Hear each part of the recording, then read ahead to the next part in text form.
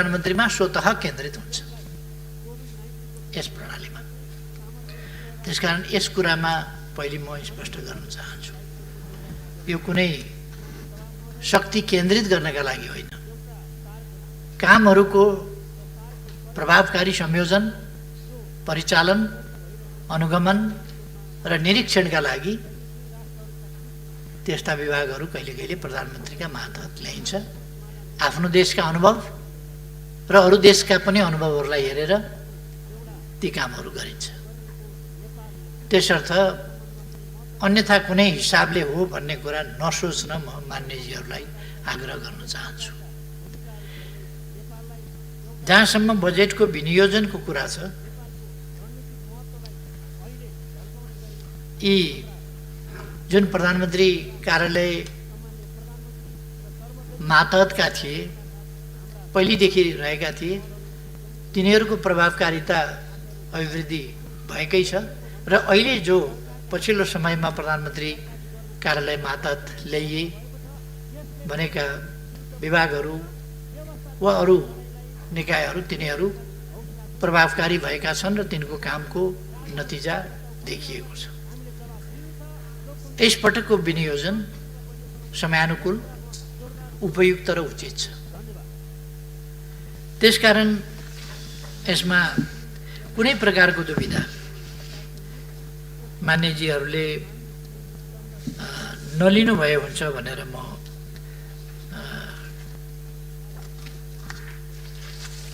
मान्यजीहरूलाई आश्वस्त पार्न चाहन्छु।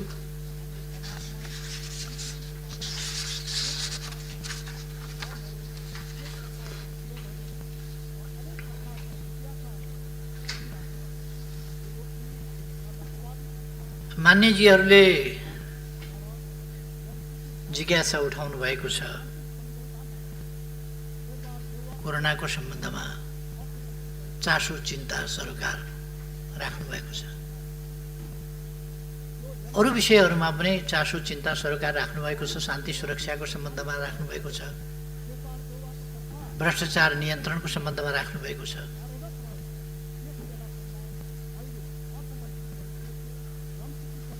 सुशासन, कानुनको राजको सन्दर्भमा कुरा उठाउनु भएको छ।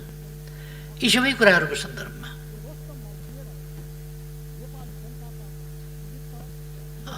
मान्यजीहरूले कुराहरू उठाउनु भएको छ, प्रश्नहरू उठाउनु भएको छ। यसका निम्ति म सबै मान्यजीहरूलाई हार्दिक धन्यवाद भन्न चाहन्छु। जुन उत्साहका साथ, जुन तदारुकताका साथ मान्यजीहरूले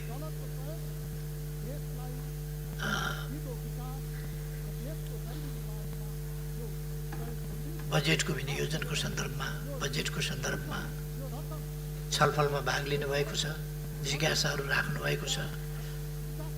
यो स्पष्ट हुनका लागि राख्नु भएको छ भन्ने मैले ठानेको छु र म खुसी व्यक्त गर्न चाहन्छु, धन्यवाद भन्न चाहन्छु।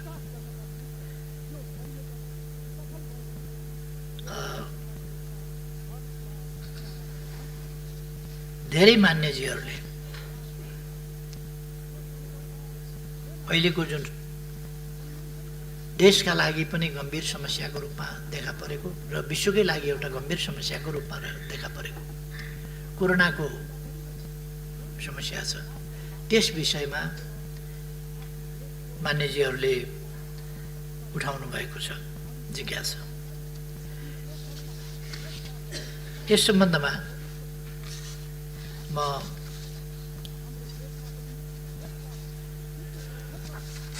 मान्यजीहरूलाई स्पष्ट गर्न चाहन्छु। अलिकति म हिजोसम्मको डाटा केही मान्यजीहरूलाई सुनाउन चाहन्छु।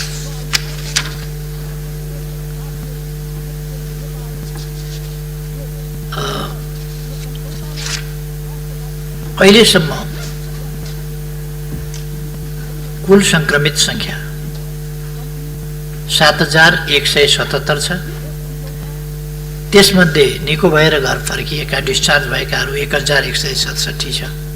यो हिजोसम्मको डाटा हो, आजको मैले लिएको छैन। एक्टिभ केसहरू 5990 छन् र निधन भएकाको सङ्ख्या 20 जना छ। यसमा फेरि म एकपल्ट दोहोऱ्याउन चाहन्छु।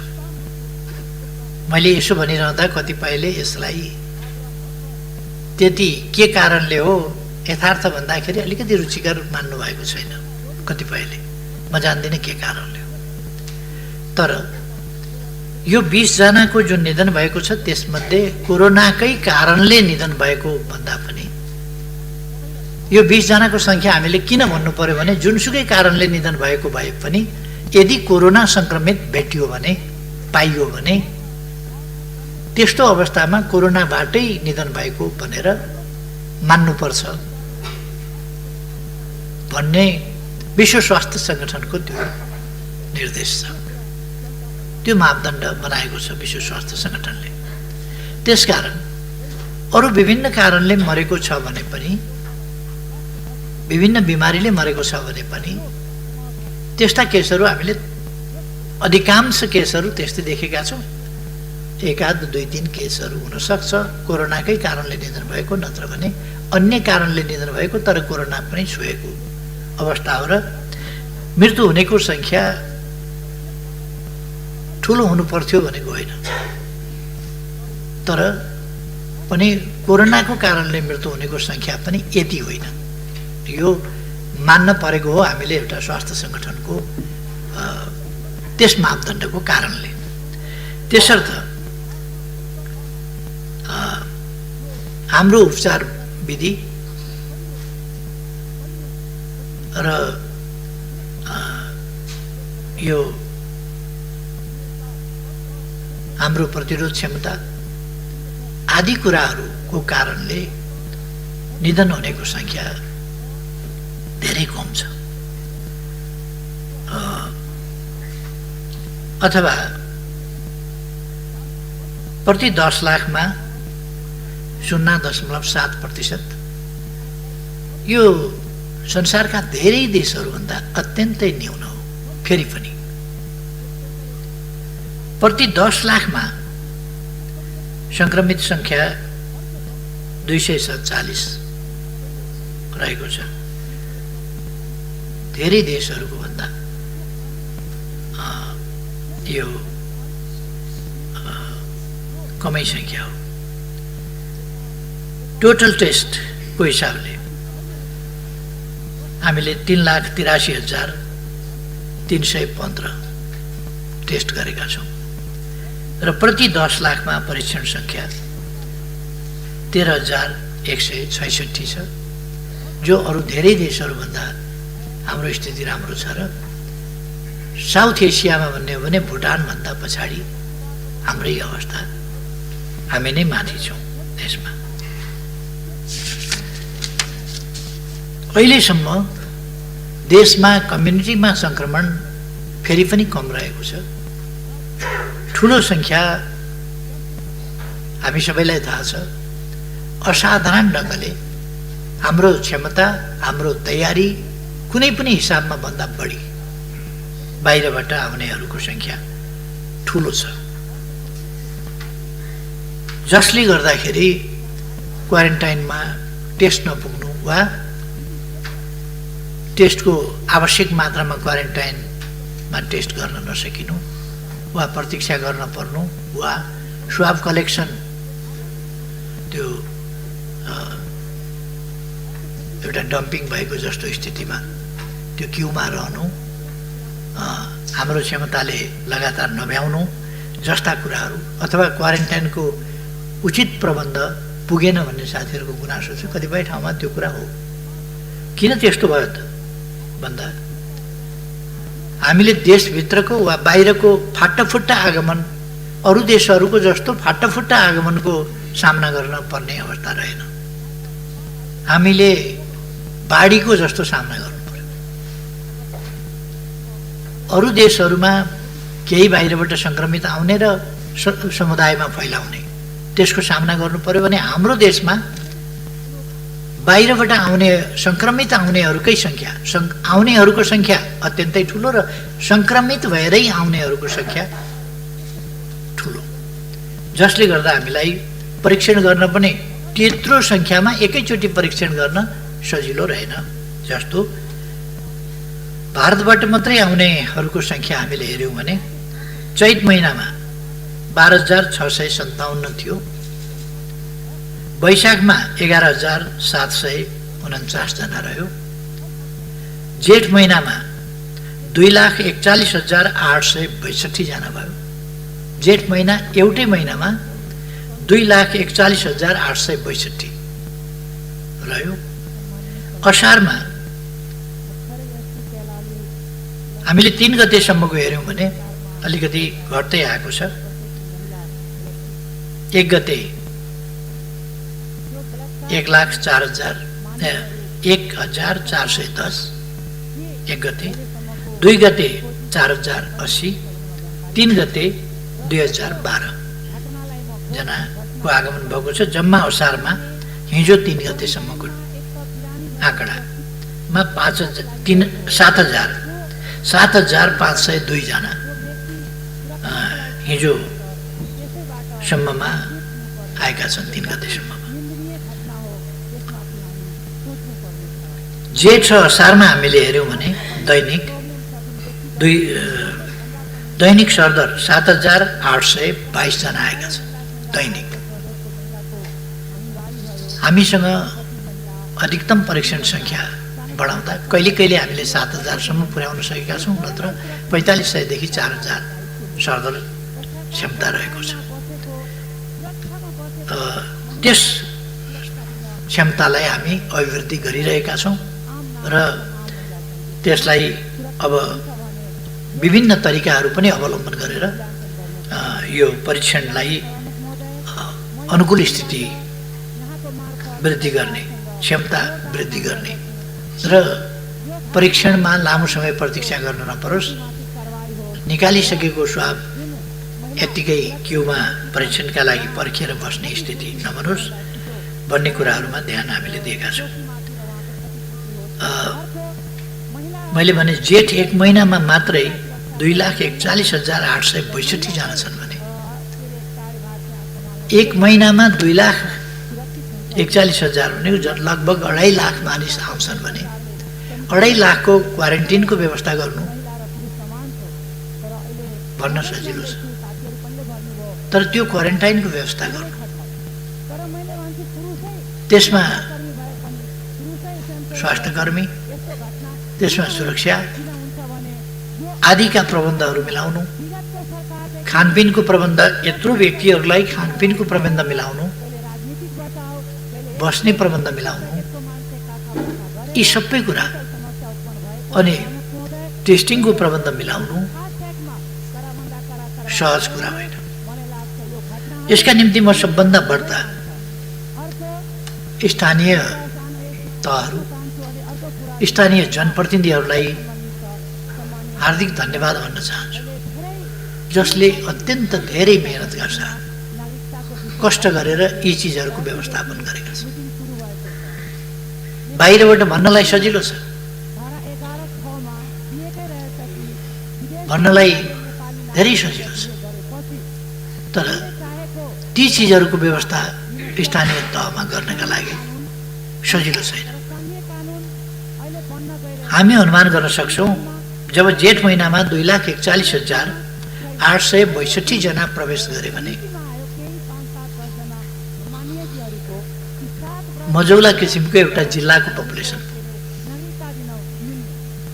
सानो जिल्लामा त यति पपुलेसन हुँदैन, 2-3 निर्वाचन क्षेत्रको पपुलेसन भयो। यो एउटा ठुलै सहरको पपुलेसन हो। हाम्रा नगरपालिकाहरू, उपमहानगरपालिकाहरू होलान्, तर नगरपालिकाहरू, धेरै नगरपालिकाहरूको पपुलेसन नै यति छैन भने त्यस ठाउँमा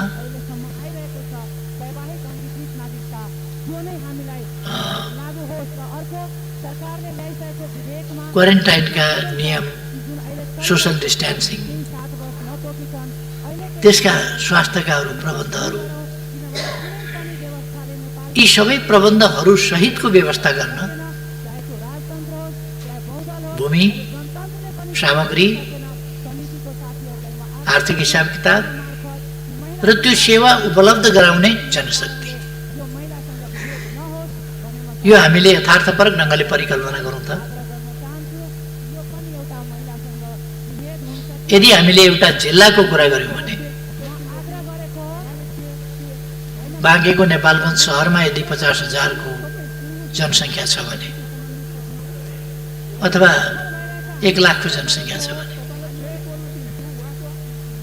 बाँके जिल्लाभरि गर्दा पनि 1 लाख को क्वारेन्टाइन, त्यो क्वारेन्टाइन बनाउनका लागि डिस्टेन्स मेन्टेन गरेर आवास, त्यति नै प्रति व्यक्ति नै पिछेका शौचालय, यी सबै प्रबन्ध गर्ने, अरू त्यहाँ हेर विचार खानपिन आदि इत्यादिको प्रबन्धका लागि खटिने मान्छे, स्वास्थ्यकर्मी, सुरक्षाकर्मी लगायतका अरूका पनि सोसल डिस्टेन्सिङ मेन्टेन गरेर गरिने प्रबन्ध, यी सबैका लागि त्यति नै नेपालगञ्ज बजारमा अटेको छ त्यो पपुलेसन भने बाँके जिल्लाभरि गर्दाखेरि त्यति अट्न गाह्रो हुन्छ।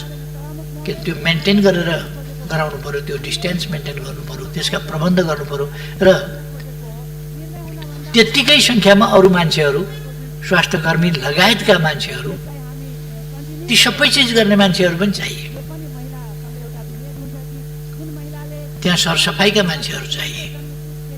यो सबै गर्दाखेरिको पपुलेसन कत्रो हुन्छ र त्यसको प्रबन्ध कस्तो हुन्छ भन्ने कुरा हामीले चाहिँ विचार गर्नुपर्छ। त्यसकारण केही कमीहरू यो विश्व कोही पनि कोभिड-19 को सामना गर्न तयार भएर बसेको, तयारी गरेर बसेको, प्रतीक्षा गरेर बसेको थिएन। यो आउँछ भन्ने कसैले अनुमान गरेको थिएन। यो डिसेम्बर यता यी 6 महिनामा भयानक ढङ्गले आयो र यसले कति लाख मान्छे दुनियाँबाट लिएर गइछ। यी 6 महिनामा कति लाख मान्छे सङ्क्रमित छ, सङ्ख्या बढ्दो छ र हाम्रैमा पनि यो सङ्ख्या बढ्दो छ। यसको तयारीका साथ कोही बसेको थिएन र हामीले सुरुदेखि नै यथार्थमा भन्दा तुलनात्मक ढङ्गले भन्ने हो भने अरूको भन्दा राम्रो तयारी गर्यौँ। त्यसै कारण हाम्रोमा कुनै अरू कारणले होइन, हाम्रो तयारीकै कारणले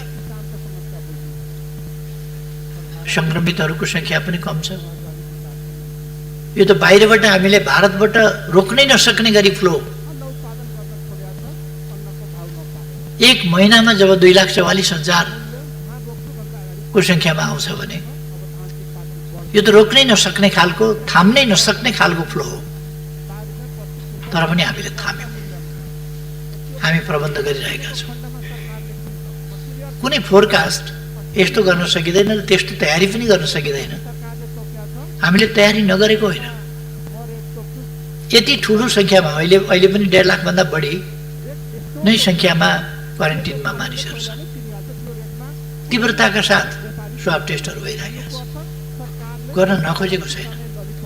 भनेका बेला सामग्री उपलब्ध छैनन्। अहिले पनि दुनियाँमा भनेका बेला सामग्री अब निर्माण हुन थालेका छन्, अब उपलब्ध हुन थालेका छन्। सुरुमा कस्तो भयो? कहिले मलेरियाको औषधि खाऊ भनेको छ, कसले के गर भनेको छ, मान्छेलाई थुमथुम्याउन, चित्त बुझाउन, सही। तर मान्छेले अनेक उपायहरू अवलम्बन गरेका छन् भने हाम्रो देशमा त हामीले धेरै उत्तम प्रबन्ध गरेका छौँ। सुरुदेखि लकडाउन गरेका छौँ, जसबाट सङ्क्रमण हुन पाएको छैन। आइसोलेसनमा मान्छे राखेका छौँ, मास्क प्रयोग सिकाएका छौँ, साबुन पानीले हात धुन सिकाएका छौँ, साबुन पानी नपाएका ठाउँमा तातो पानीले भए पनि हात धुन सिकाएका छौँ। यद्यपि कतिपय यत्तिकै बुजुर्ग हुन खोज्ने, जानकार हुन खोज्नेहरूले त्यस्ता कुराहरूलाई उडाएका पनि छन्। हामीले यसका सम्बन्धमा इम्युन सिस्टमका कुरा गर्दा, इम्युन सिस्टम कसरी बढ्छ भन्ने कुरा गर्दा त्यसलाई उडाएका पनि छन्। मैले सडकमा पनि देखेँ। कतिपयले बेसार खाएर निको हुन्छ भने बेसार जेका लागि पनि निको हुन्छ, जेको पनि उपचार हो बेसार भन्ने पनि निस्के। बेसार उपचार होइन मात्रै होइन, कहिले कहिले बेसारले बिखको काम पनि गर्छ।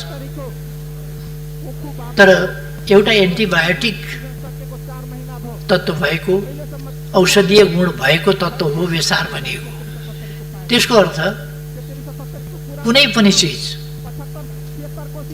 पनि चिजको साइड इफेक्ट हुँदैन, अथवा कति बेर खाना हुन्छ कति बेर खाना हुँदैन भन्ने कुरा त हुँदैन। बेसार पनि कोही कोही अवस्थामा खाना हुँदैन। रक्त अल्पता भएको छ भने बेसार खाना हुँदैन, जन्डिस लागेको छ भने बेसार खाना हुँदैन, गर्भवती महिलाले बेसार खाना हुँदैन, सुत्केरी महिलाले बेसार खाना हुँदैन। यदि आइरनको कमी, ब्लडको कमी छ भने खाना हुँदैन। यस्ता अनेक स्थिति हुन्छन् जसमा बेसार खाना हुँदैन। अपरेसन गर्नु छ भनेदेखि 48 घण्टा अगाडिदेखि, त्योभन्दा अझ 72 घण्टा वा त्योभन्दा 2-4 दिन अगाडिदेखि बेसार अपरेसन गर्न जाने मान्छेले खानु हुँदैन, किनभने त्यसले रगतलाई पात ल्याउने काम गर्छ। त्यो पात ल्याउने कामले गर्दाखेरि त्यस्ता स्थितिका मान्छेहरूलाई त्यो हित गर्न हुन सक्छ। कुनै पनि चिज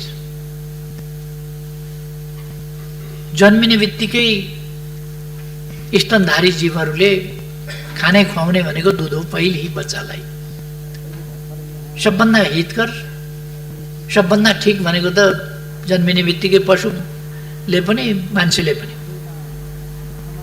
बच्चालाई दुधै खुवाउँछ।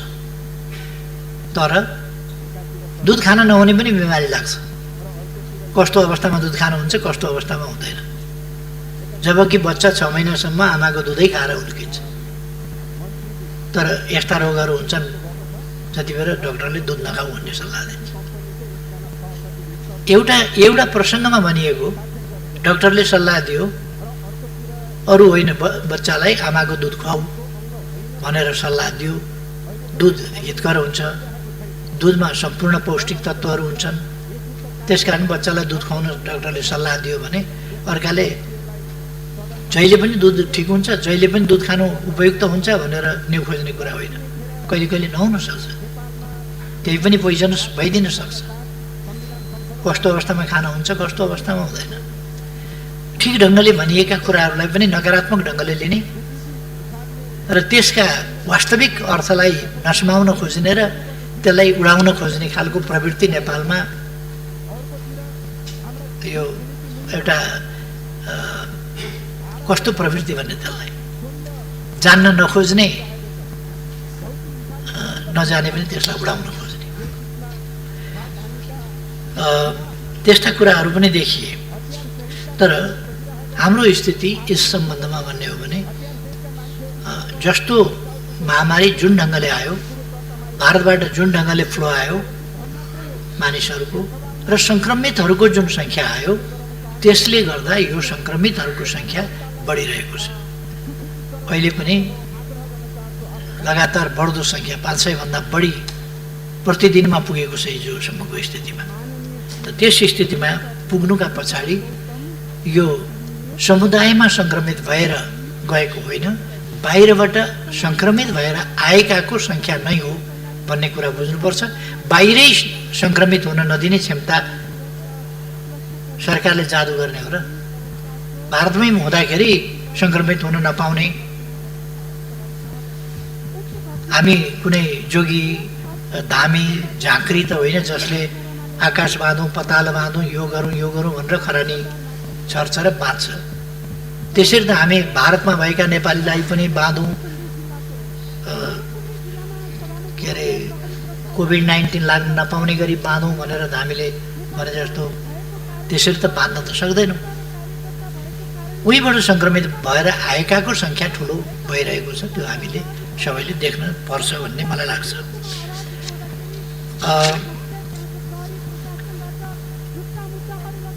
बाहिर देशबाट किन ल्याइएन, किन आउन पाएनन् मान्छे भन्ने कुराको हकमा यो भन्ने बित्तिकै अथवा कहीँ सुन्ने बित्तिकै यहाँ अप्ठ्यारो पर्यो भन्ने बित्तिकै विदेशबाट ल्याउन सजिलो हुँदैन। त्यसका निम्ति अनेक प्रबन्धहरू हुन्छ र हामी हल्लाका पछाडि जानु हुँदैन भन्ने म आग्रह गर्न चाहन्छु।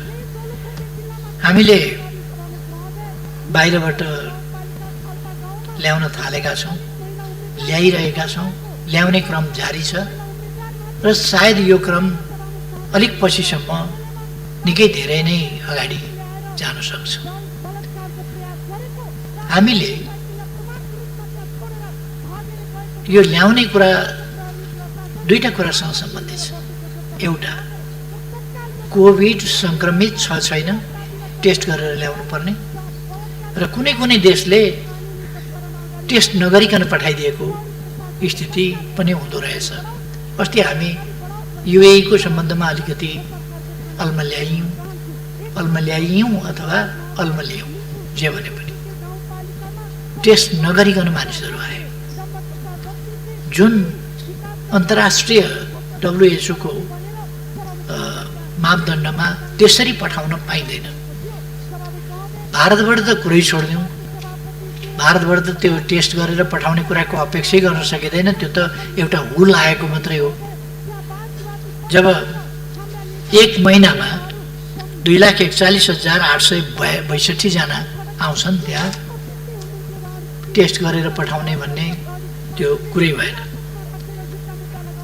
अरू देशहरूबाट हामीले टेस्ट गरेर ल्याउने गरेका छौँ। जापानबाट 13 जना ल्याएका छौँ, मलेसियाबाट 1 जना ल्याएका छौँ, म्यानमारबाट 26 जना ल्याएका छौँ, युएईबाट 169 जना ल्याएका छौँ, अस्ट्रेलियाबाट 11 जना ल्याएका छौँ, कुवेतबाट 484 जना, 448 जना ल्याएका छौँ, अफगानिस्तानबाट 18 जना ल्याएका छौँ, बाङ्लादेशबाट 258 जना ल्याएका छौँ, हङकङबाट 7 जना ल्याएका छौँ, ओमानबाट 166 जना ल्याएका छौँ। यसरी 1117 जना जेठ 21 गतेदेखि असार 1 गतेसम्ममा हामीले ल्याएको सङ्ख्या यो हो बाहिरबाट। यहाँबाट पनि सङ्क्रमित हुन सक्छ, सङ्क्रमित आएका हुन सक्छन्, यसमा पनि हामी सतर्क हुन जरुरी छ र फेरि यहाँ पनि क्वारेन्टाइनको समस्या हुन्छ। भन्न सजिलो छ, तर 1117 जना मान्छेलाई क्वारेन्टाइन त्यही पनि सजिलो छैन। देशको अर्थतन्त्र, आर्थिक अवस्था, स्वास्थ्य क्षेत्रको स्थिति कस्तो थियो र त्यस ठाउँबाट हामीले अहिले यस अवस्थाको सामना गर्न कति प्रगति गरेका छौँ, कति व्यवस्था गरेका छौँ, ती कुराहरूलाई हामीले हेर्न पर्ने हुन्छ भनेर मैले चाहिँ राख्न खोजेको हुँ। अहिलेसम्ममा क्वारेन्टिनमा 1,08,336 जना, हिजोसम्म क्वारेन्टाइनमा रहेका व्यक्तिहरूको सङ्ख्या 1,08,336 जना रहेको छ। आइसोलेसनमा रहेकाहरूको सङ्ख्या 4,822 जना रहेको छ र त्यसै गरेर अस्पतालमा रहेकाहरूको सङ्ख्या 6,760 जना रहेको छ जो कोभिड-19बाट सङ्क्रमित छन्। हिजो 4:45 जाँदासम्मको यो रेकर्ड। प्रादेशिक हिसाबले सबभन्दा बढी क्वारेन्टिनमा 43,865 जना सुदूरपश्चिममा रहेका छन्। यो फोरकास्ट मैले सम्भवतः यसभन्दा अघिल्लो पल्ट बोल्दा पनि सुदूरपश्चिम प्रदेशमा आगामी दिनमा यस्तो सिनारियो हुनसक्छ है भन्ने कुरा केही सङ्केत मैले यहाँ भनेको थिएँ जस्तो लाग्छ मलाई। हामीले ठिकै विश्लेषण र ठिकै सम्प्रेषण गरेका छौँ, अनुमान गर्दाखेरि पनि ठिकै गरेका छौँ, किनभने त्यहाँको ट्रेन्ड, त्यहाँको प्रवृत्ति त्यहाँको जनप्रतिनिधि संस्था, त्यहाँको सरकार, त्यहाँका निकाय, त्यहाँका जनप्रतिनिधि, त्यहाँका जनता सबै प्रवृत्तिहरूलाई हेरेर विश्लेषण गरेर नै हामीले यी निष्कर्षहरू निकालेका छौँ। यस्तो यस्तो हुन्छ है भनेर। त्यसपछिको सङ्ख्या प्रदेश नम्बर 5 मा 23,990लाई क्वारेन्टिनमा राखिएको छ। त्यसपछिको सङ्ख्या कर्णालीमा 18,430 जनालाई क्वारेन्टिनमा राखिएको छ। त्यसपछि प्रदेश नम्बर 2 मा 10,885 जनालाई क्वारेन्टिनमा राखिएको छ। अरू क्वारेन्टाइनमा राखिएको सङ्ख्या गण्डकीमा 5,929 जनालाई राखिएको छ गण्डकी प्रदेशमा। प्रदेश नम्बर 1 मा 3,242लाई राखिएको छ र बागमतीमा 1,995लाई राखिएको छ। सबभन्दा कम सङ्ख्या सायद यही बागमतीको रहेको छ। आइसोलेसनमा प्रदेश नम्बर 1 मा 149,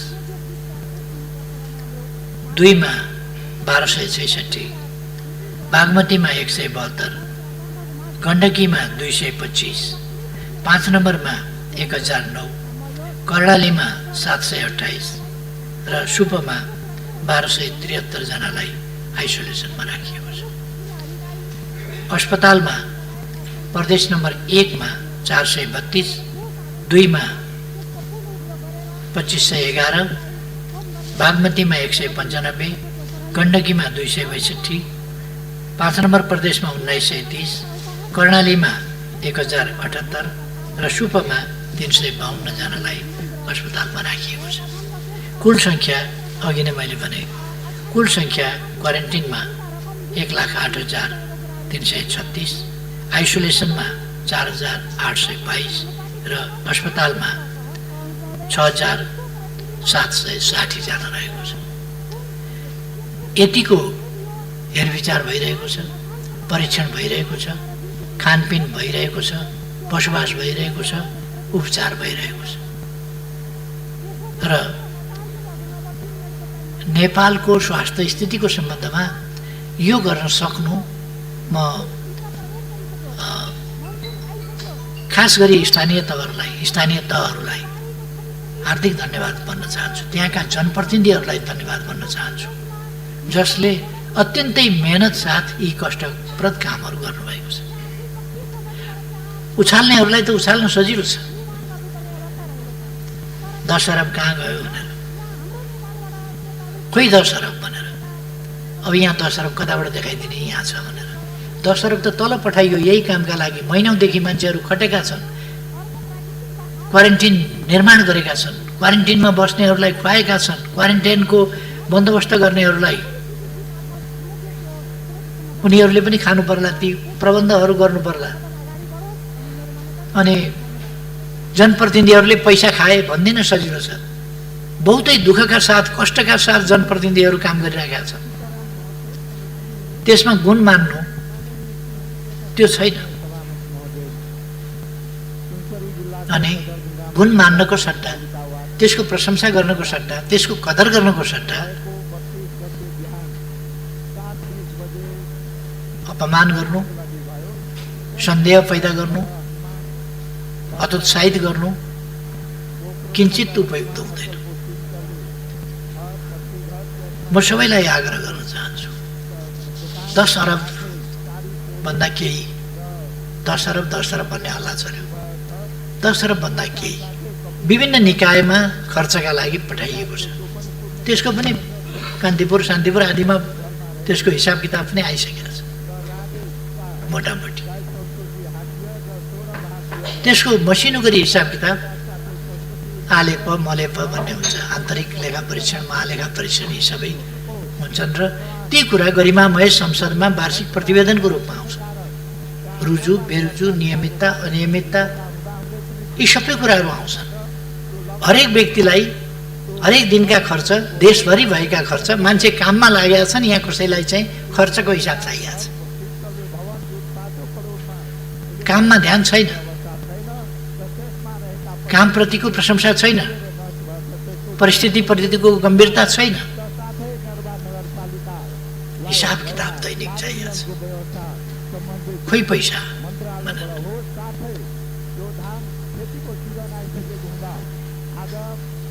यस रुचिलाई पनि म धन्यवाद दिन चाहन्छु। यसलाई म एउटा जागरणको रूपमा लिन चाहन्छु। कमसेकम देशको अहिले यो रकमको मात्रै होइन,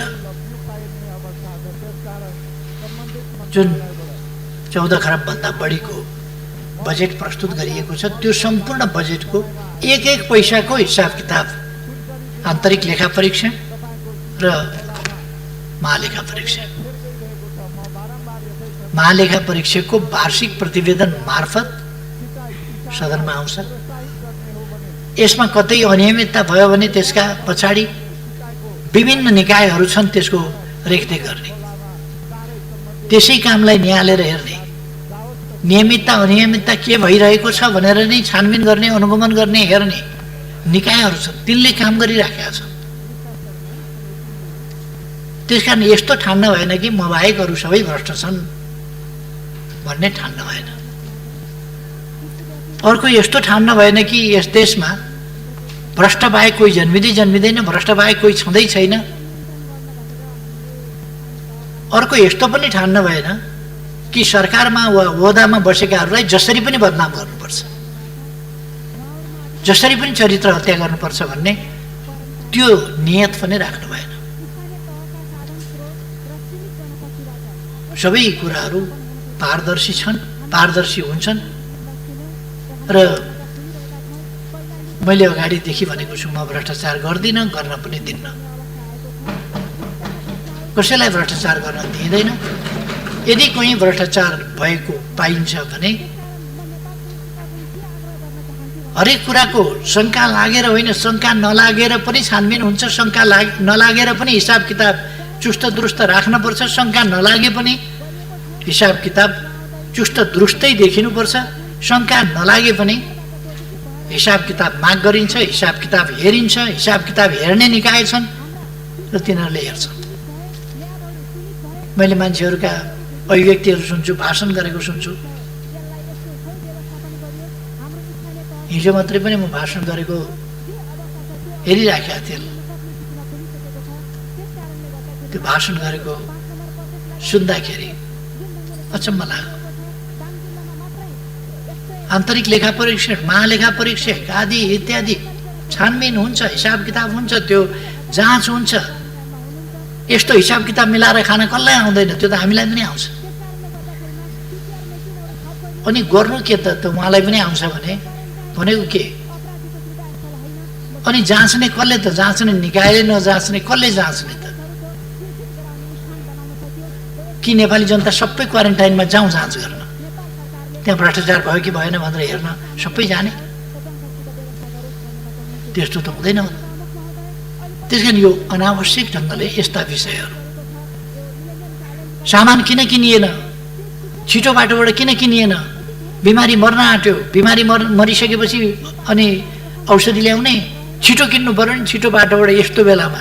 अनि छिटो बाटोबाट किनेपछि खोइ टेन्डरको प्रक्रिया पुर्याएको, मिलीभगत गरेर खाइयो। यहाँ फेरि अर्को कुरा, कसै गरे पनि त नहुने यस्तो खालको कुरा हुन भएन।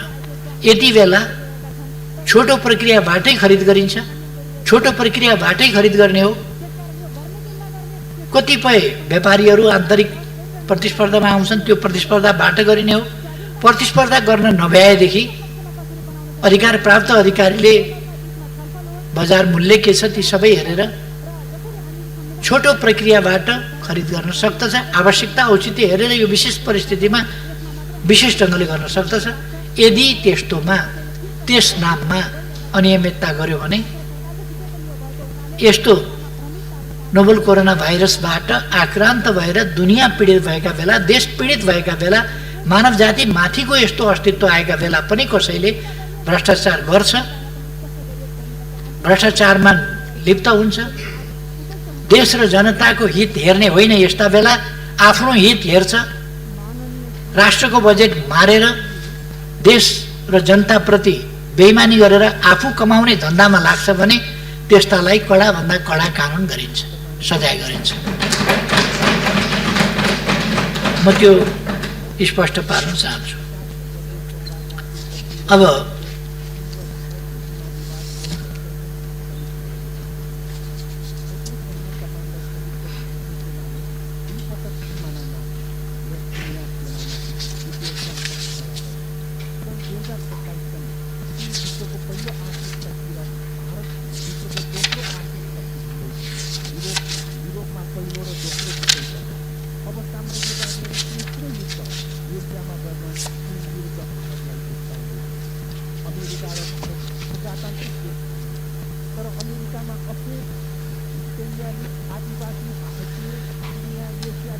अवश्य नै यो कोभिड-19ले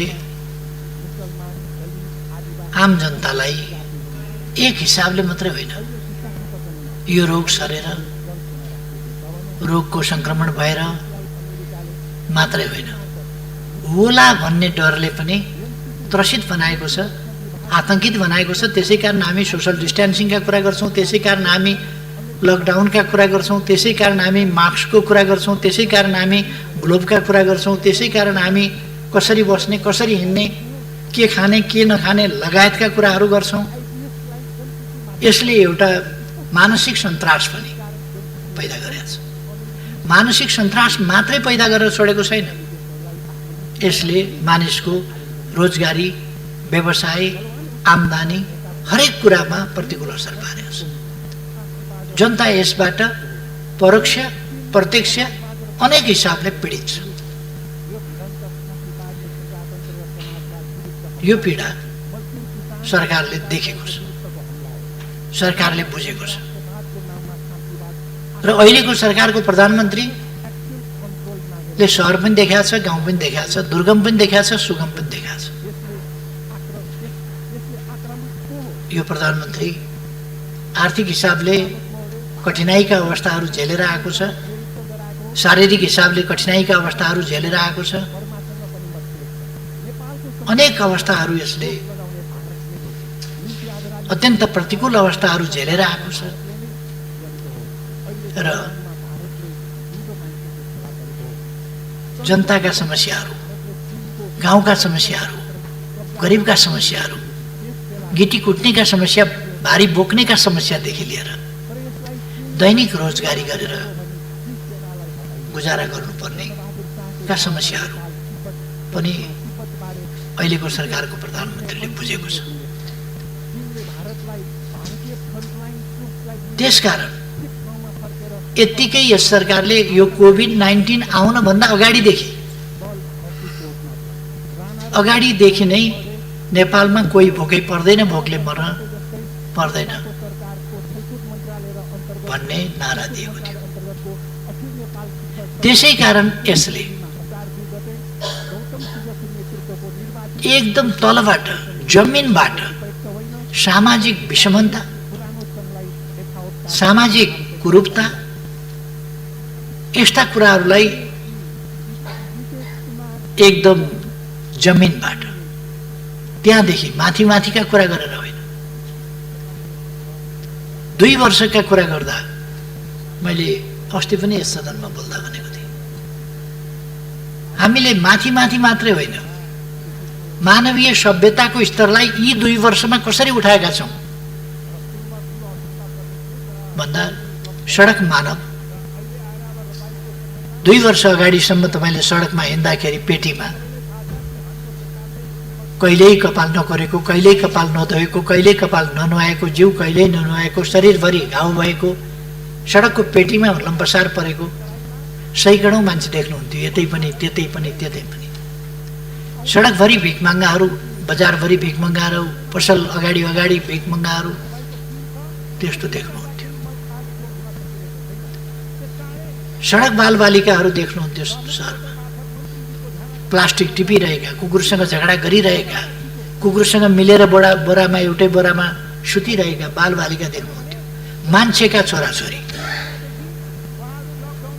21औं शताब्दीका मान्छेका छोराछोरीहरू कुकुरसँगै सडकमा बेहालसँग बेवारिसे अभिभावक विहीन भएर ती भोकै सुतेको लम्पसार परेको तपाईँ हामीले देख्थ्यौँ। आज त्यस्तो बालबालिका देख्नु परेको छ र त्यस्तो बालबालिका सडकमा सरकार छ हेर्नका लागि, किनभने तिनको पनि सरकार हो। मैले प्रधानमन्त्री हुने बित्तिकै घोषणा गरेको थिएँ, यो जनताको सरकार हो, त्यसकारण कोही भोकै पर्दैन, कोही भोकले मर्दैन। खाना र आवास बिना नेपाली अलपत्र परेर त्यसरी बस्नु पर्दैन। र यी 2 वर्षमा कमसेकम हामीले ती प्रबन्धहरू गरेका छौँ। म मान्यजीहरूलाई, नेपाली समाजलाई भिखारी मुक्त, तपाईहरू कोभिड-19 सिद्धिएपछि विभिन्न मान्यजीहरू विभिन्न देशहरूमा जानुहोला, त्यहाँ आफ्ना प्रवचनहरू दिनुहोला। तपाईहरू भन्न सक्नुहुनेछ नेपाल एउटा यो सडक बालबालिका नभएको, त्यसबाट मुक्त भएको देश हो, भिखारी मुक्त देश हो। नेपालमा बाँच्नका लागि कसैले हात थापेर, टोकरी थापेर, एउटा पात्र थापेर भिखमङ्गा भएर गिडगिडाउनु पर्दैन कसैका लागि। कुनै महिलाले एउटा बच्चा बोकेर बाबुजी भोक लगाए भन्नु पर्दैन, कुछ खाने के लिए दीजिए भन्नु पर्दैन। यो अवस्था नेपालमा छैन। यो बेगर फ्री देश हो,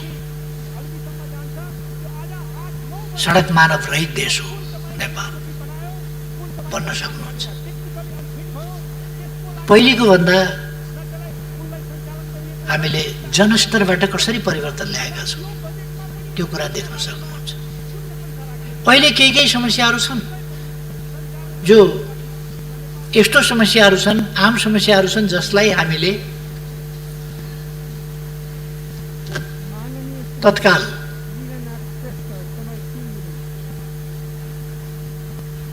तत्काल समाधान गर्न सकिहाल्यौँ भन्न सक्ने अवस्था छैन। किन भने यो यति फैलिएको छ। अहिले को रोजगार विहीन भयो त्यसको आँकडा हरेक दिन त सरकारले पाइहाल्न सक्दैन। को बेरोजगार भयो, महामारी छ कोभिडको, लकडाउन हामीले केही खुकुलो गरेका छौँ। अहिले जनजीवन सहज होस् भनेर यसको स्वास्थ्य सम्बन्धी प्रभाव, शारीरिक स्वास्थ्य सम्बन्धी, मानसिक स्वास्थ्य सम्बन्धी, यसको सामाजिक जीवनमा, जनजीवनमा पर्ने प्रभाव, यसको आर्थिक जीवनमा पर्ने प्रभाव, यसले गर्दा पारिवारिक, यसले गर्दा छरछिमेक सम्बन्धमा पर्ने प्रभाव, अनेक प्रकारका प्रभावहरू छन्। यसको सकारात्मक योगदान हुन सक्ने कुरा भएन। यसबाट नकारात्मक हिसाबले शिक्षा लिएर हामी आत्मनिर्भर हुनुपर्ने रहेछ भन्ने कुरा शिक्षा लिन सक्छौँ। हामी विदेशतिर दौड्ने भन्दा हाम्रा खेतबारीहरू हराभरा बनाएर आम्दानी गर्न सकिन्छ, त्यतापट्टि लाग्नुपर्ने रहेछ।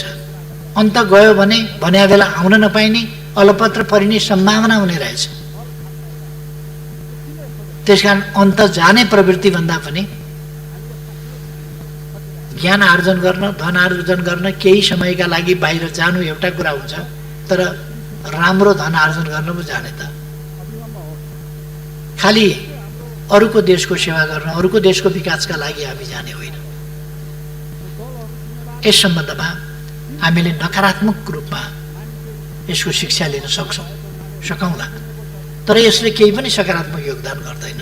त्यसकारण हाम्रो जनजीवनमा प्रतिकूल असर पारेकै छ। त्यसलाई हामीले बुझ्नुपर्छ र त्यसको समाधान गर्न सरकार दत्तचित्त भएर लागेको छ। सरकार कुनै खेलबाड गरिरहेको छैन र खेलबाड गर्दैन। एउटा शब्द आजकल चलेको छ, इनफ भन्ने। सबैलाई कण्ठ भइसकेको शब्द पनि इनफ। मैले सडकमा पनि प्ले कार्ड हेरेँ, कोभिड-19 इनफ इज इनफ। के अर्थ हुन्छ यसको भनेर मैले खोजी हेरेँ। COVID-19 enough is enough. COVID-19 is more than enough. यो आउनै नहुने, कसरी आयो? आउनै नहुने, निषेध गर्न खोज्यौँ, रोक्न खोज्यौँ, तर पनि आयो। यो इनफ मात्रै होइन, हदभन्दा पनि बढी भयो। चाहिँदै नचाहिएको, आउनै नहुने कुरा आयो। यो त सबैले मानेको छ, इनफ इज इनफ। के हो त्यो? यो सरकारले ल्याएको त होइन।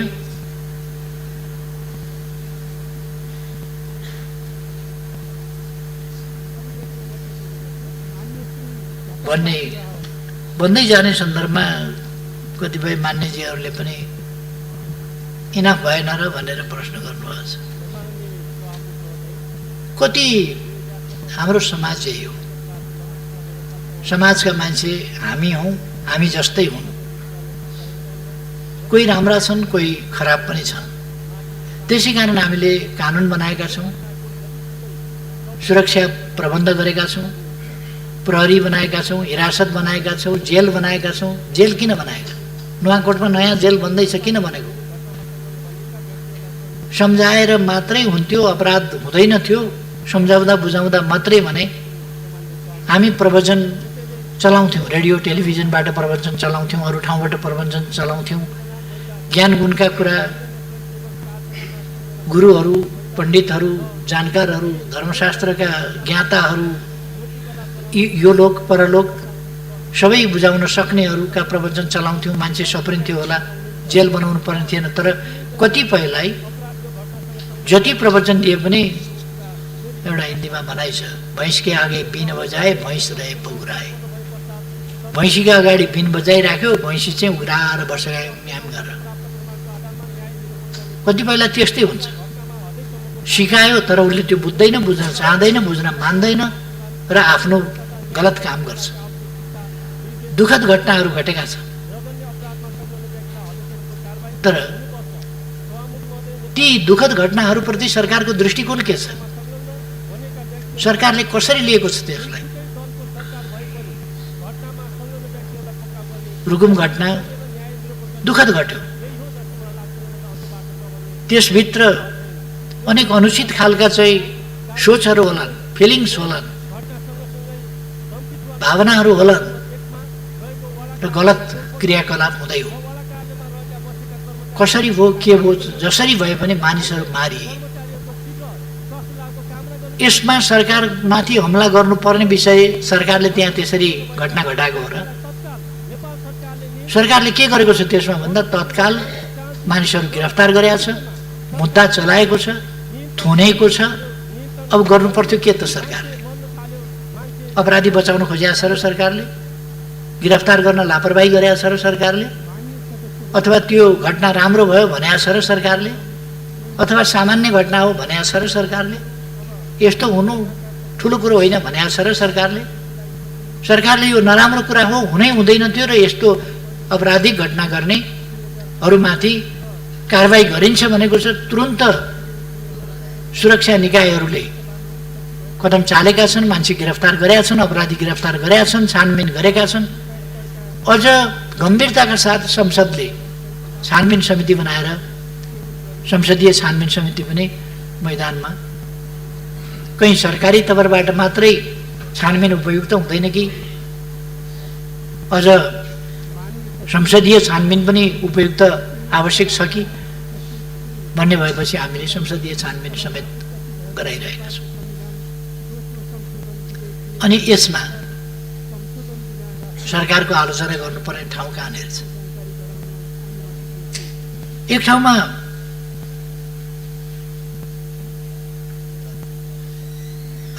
यो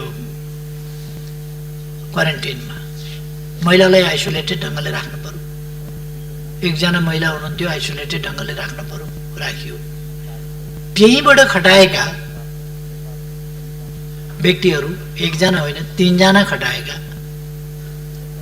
त्यतिमा त लाज शरम पनि हुनुपर्ने मान्छेलाई। तर अब मान्छे नभएपछि तिनीहरूलाई पशु भन्न मिल्दैन, किन पशु त्यति घटिया हुँदैन, पशुले त्यस्तो घटिया व्यवहार गर्दैन। त्यस प्रकारका अपराधिक प्रवृत्तिका मान्छेहरू पनि हुँदा रहेछन्। त्यसको प्रिकसन नगरिएको होइन। एकजना मात्रै खटाएको भएदेखि एकजना महिला भएका ठाउँमा एकजना पुरुष किन खटाइयो, किन सुरक्षाको अलिक ध्यान दिइएन भन्ने कुरा हुन्थ्यो।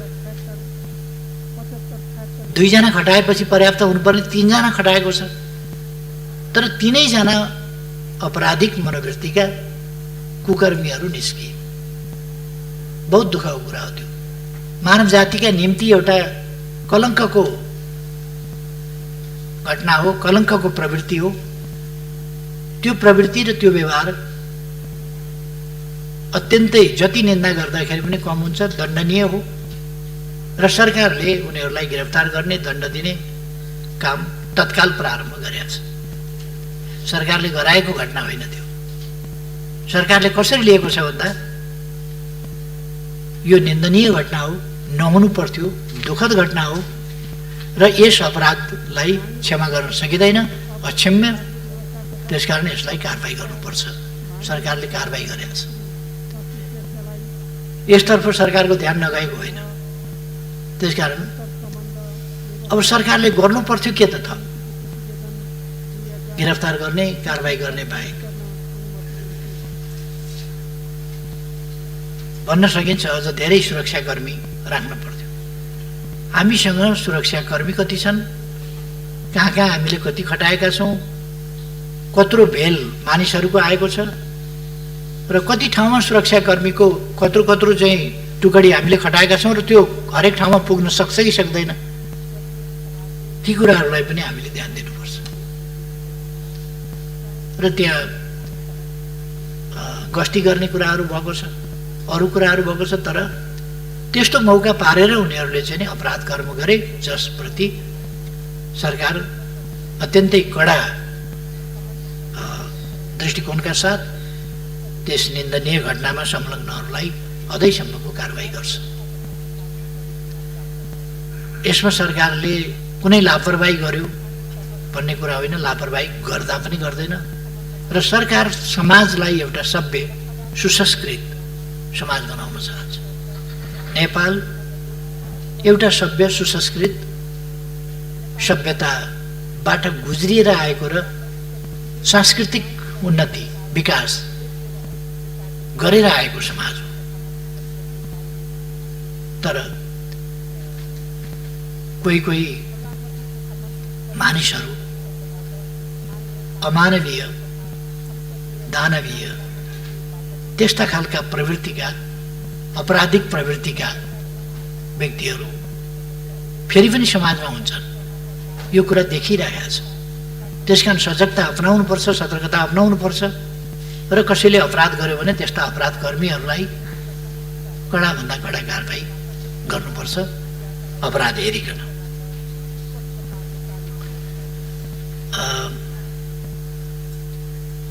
यस्ता विषयहरूमा सरकार संवेदनशील छैन कि भन्ने कुनै ठाउँ छैन। सरकार शान्ति सुव्यवस्था, जनताको जीवदानको रक्षा हामीले भनेका छौँ।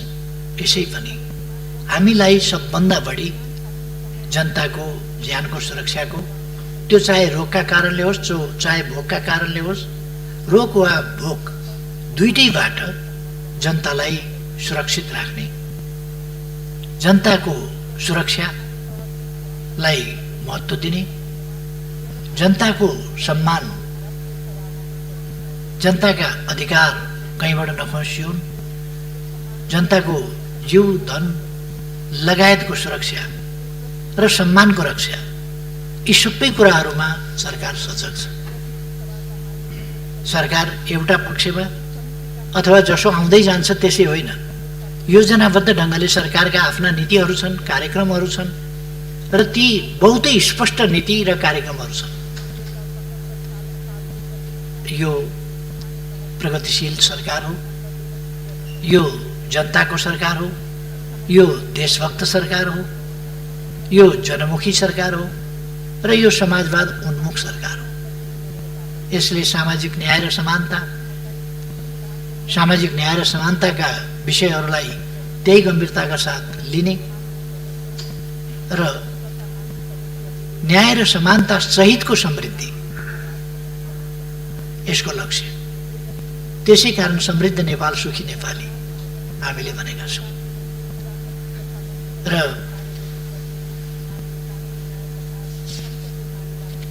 असाधारण र अभूतपूर्व प्रगति बितेका 2 वर्षमा सरकारले गरेको छ। त्यसको व्याख्या म पहिले पनि गरिसकेका छु, अब अहिले दोहोऱ्याउन र समय लिन चाहन्न।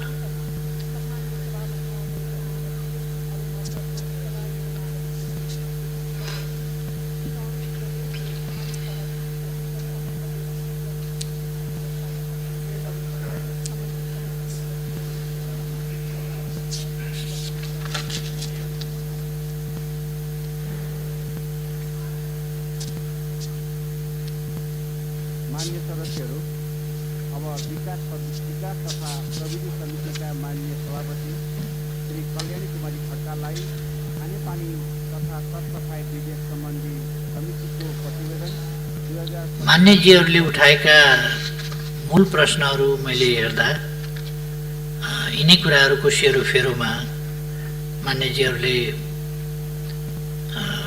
प्रश्न उठाउनु भएको छ।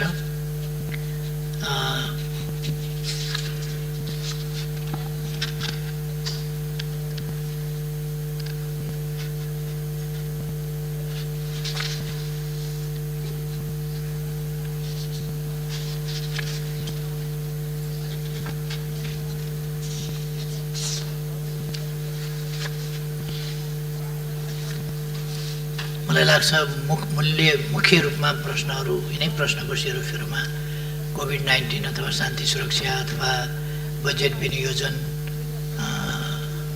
जस्ता कुराहरू अथवा टेस्टका कुराहरू अथवा क्वारेन्टिनका कुराहरू यिनै कुराहरूको सेरोफेरोमा मान्यजीहरूका प्रश्नहरू छलफलका क्रममा आएका थिए, जिज्ञासाहरू पनि आएका थिए। र म अर्को कुरा अलिकति यस सन्दर्भमा भन्न चाहन्छु।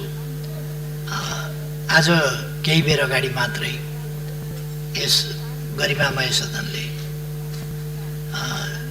जसरी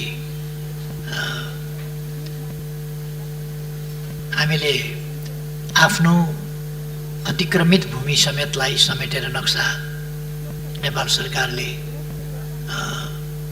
प्रकाशित गरेको थियो, नयाँ नक्सा, त्यसअनुसार हामीले हाम्रो प्रतीक चिन्हमा अथवा हाम्रो निशान छापमा संशोधन गर्न जरुरी थियो। संविधानको अनुसूची 3 संशोधन गर्न जरुरी थियो। यसमा प्रतिनिधि सभामा पनि व्यापक राष्ट्रिय सहमति देखा परेको थियो र विपक्षमा आवाज पनि आएन, विपक्षमा मतदान पनि भएन। राष्ट्रिय सभाबाट त्यस्तै जुन सोलिडारिटी देखिएको छ, ऐक्यबद्धता देखिएको छ, राष्ट्र एक भएको छ र राष्ट्र एउटा नयाँ उचाइ, नयाँ उपलब्धि इतिहासमा कि यस ढङ्गले सर्वसम्मत बनेको छ, एक ठाउँमा राष्ट्र उभिएको छ। देशलाई परेका बेला नेपाल एक ठाउँमा उभिन्छ, नेपालीहरू एक ठाउँमा उभिन्छ, राष्ट्रिय एकता कायम गर्छ।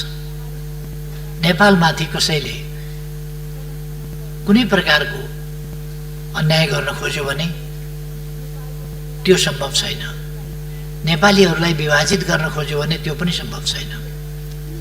अरू साधारण कुराहरूमा, खुद्रा मसिना कुराहरूमा नेपालीहरू भिन्न भिन्न राय अभिमत जाहेर गर्लान्, तर राष्ट्रिय महत्त्वका विषयहरूमा राष्ट्रिय एकता प्रदर्शन गर्दछन् भन्ने जुन अभूतपूर्व एकता देखाएको छ, त्यसमा यस सदनले केही समय अगाडि गरेको निर्णयका लागि म सबै मान्य सदस्यहरू, सम्माननीय अध्यक्षज्यू लगायत सबै यस सभाका सदस्यहरू समेत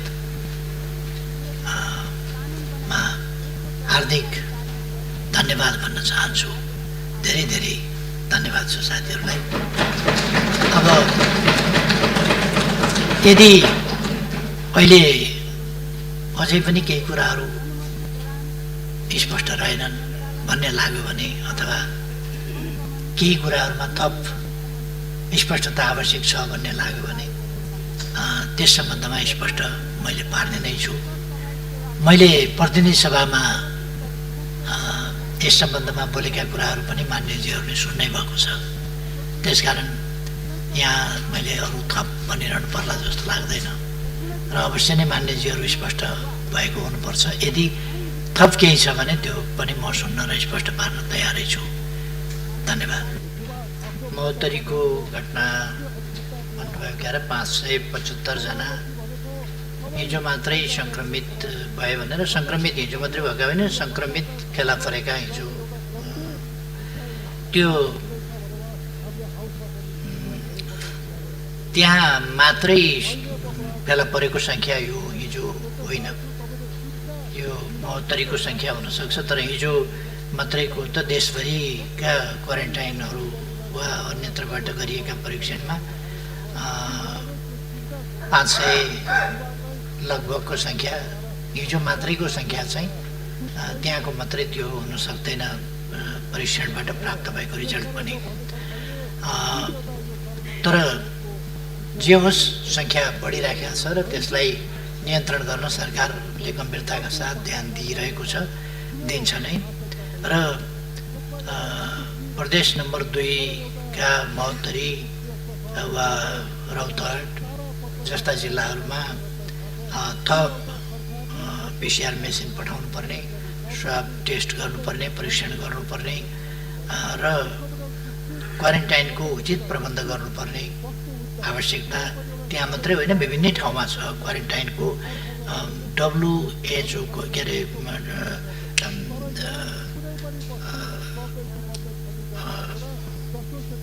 मान्यता अनुसार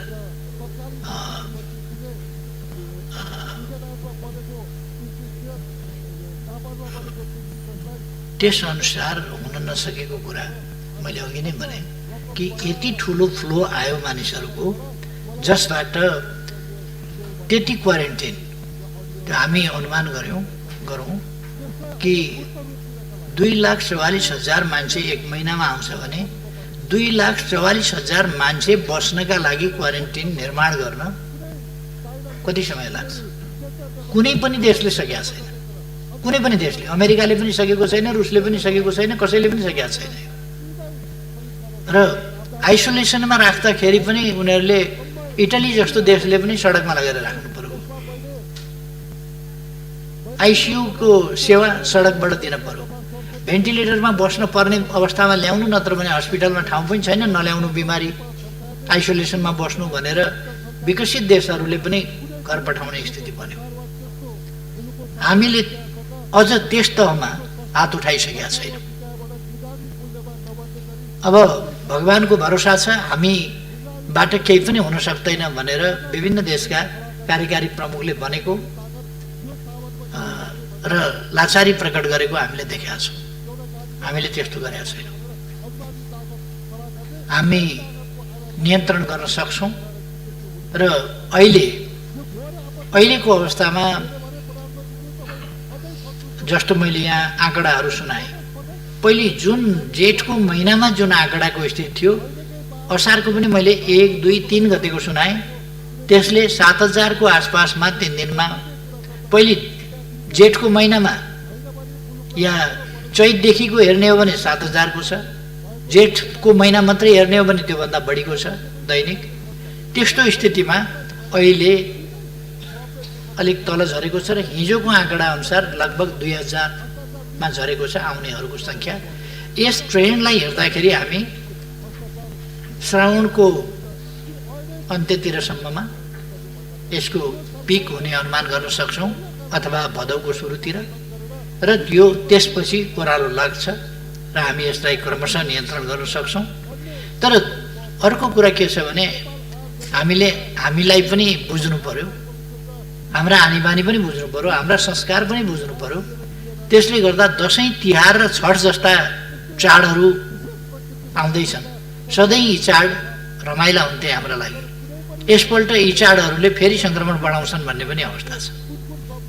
त्यसकारण यो खतराबाट हामी कति जोगिन सक्छौँ? यदि यस खतराले फेरि अलिकति हाम्रो ग्राफ बढाइदियो भने हामीले मङ्सिरमा फेरि ग्राफ अलिकति उँधो झर्दै गएको ग्राफ चाहिँ फेरि अलिकति मासतिर जान सक्छ र मङ्सिरको अन्तिमतिरबाट हामीले त्यस ग्राफलाई फेरि तल लान सक्छौँ र पुष माघसम्ममा हामी यसलाई नियन्त्रण गर्न सक्छौँ। फागुनको महिना सम्भवतः नियन्त्रणको महिना हुन्छ, तर हामीले सङ्क्रमितहरूलाई आउन सहज ढङ्गले नदिने, भारतको सिमानाबाट वारवारी आउन नपाउने स्थिति अथवा छिरेर कोही उम्किएर जान नसक्ने स्थिति, त्यस बेलासम्म उपयुक्त क्वारेन्टाइनको पनि हामीले व्यवस्था गरिसक्ने अवस्था र बाहिरबाट आउनेलाई पनि क्वारेन्टाइनमा राख्ने अवस्था, कोही पनि उम्किएर चाहिँ समुदायमा जान नसक्ने स्थिति, त्यो बनायौँ भने हामीले अहिलेसम्मको हामीले गर्ने टेस्टिङ अथवा हामीले सङ्क्रमितहरूको गर्ने ट्रेसिङ, यी सबै कुराहरूलाई हामीले उपयुक्त ढङ्गले गर्न सक्छौँ र यसको रियालिस्टिक ढङ्गले हामीले हेर्दाखेरि असोज कार्तिक यो पारो चाहिँ धेरै तल घटेर जाने स्थिति बन्छ र अहिले बढे पनि हामीले यसलाई साउनसम्ममा नियन्त्रण गर्न सक्छौँ, किनभने सङ्क्रमितहरू आउने सङ्ख्याको कमी जसरी जुन मात्रामा भएको छ त्यसलाई हेर्दाखेरि हामी त्यो देख्न सक्छौँ। एउटा चाहिँ यो प्रधानमन्त्री कार्यालयका लागि मातहतका कार्यालयहरूमा छुट्याएको अनुपयुक्त बजेट चाहिँ नै कोरोनामा लगाउँ भन्ने, यो चाहिँ के भन्नुभएको मैले बुझिनँ। अनुपयुक्त बजेट विनियोजन गरिएको छैन। प्रधानमन्त्री कार्यालय मातहत कुनै पनि ठाउँमा अनुपयुक्त बजेट, अब प्रधानमन्त्री कार्यालय भनेपछि यसै सुन्दै रिस उठ्ने हो भने त कुनै त्यस्तो रिस उठ्नु हुँदैन, सुन्दै रिस उठ्नु पर्ने कुरा होइन त्यो। आज को छ भन्ने, कसको सरकार छ भन्ने होइन, तर जसको भए पनि प्रधानमन्त्री पनि चाहिन्छ देशलाई, प्रधानमन्त्रीको कार्यालय पनि चाहिन्छ।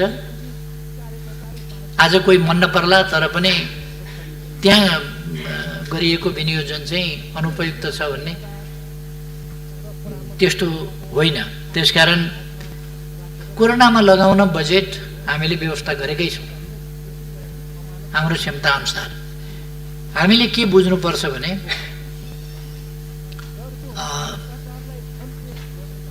यो बडो फेसनै चलेको छ, यहाँ मान्यज्यूले मात्रै भन्नुभएको होइन, यो अरूले पनि भन्छन्। प्रधानमन्त्री कार्यालय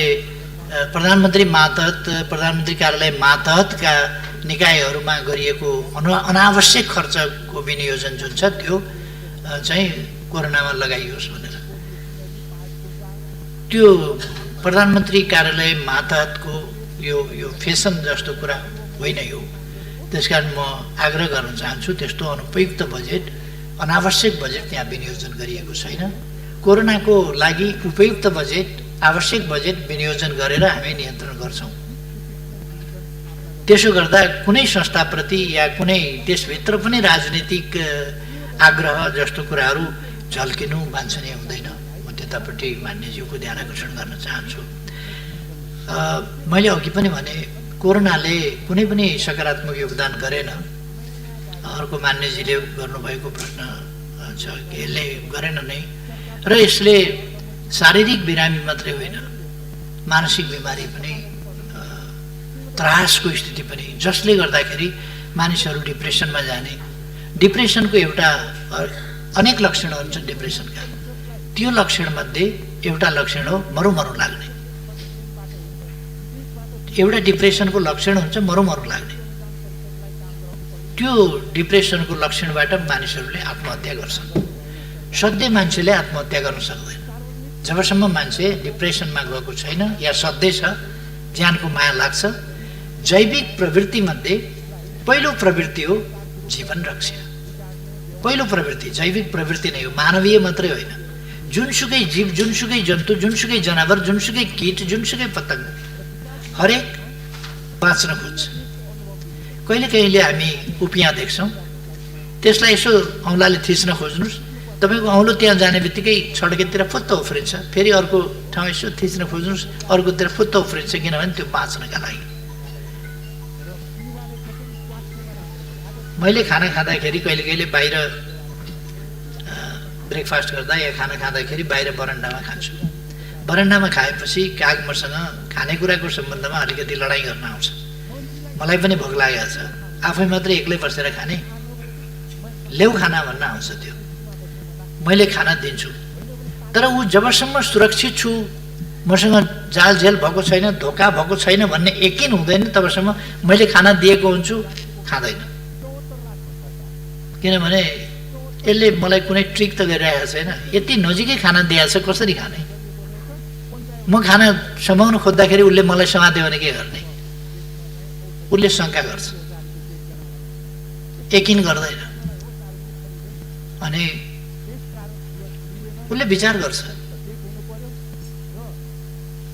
यो ज्यान खतरामा राखेर खानाको काम छैन, भोक लागे पनि बरु भोकै बस्छु, बाँच्यो भने त भरे अन्त पाइन्छ खानेकुरा खाउँला, यहीँ मरियो भनेदेखि त गइगयो, खाना के खाएर अर्थ के भयो? त्यसकारण बाँच्नै पहिलो कुरा हो भन्छ र खान मान्दैन।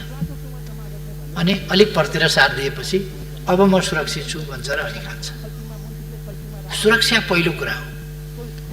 त्यसकारण पछि पछि त्यो विश्वस्त हुँदै हुँदै अहिले चाहिँ नजिक आएर त्यो सँगै मात्र होइन, खोसेर खान खोज्छ कहिले कहिले।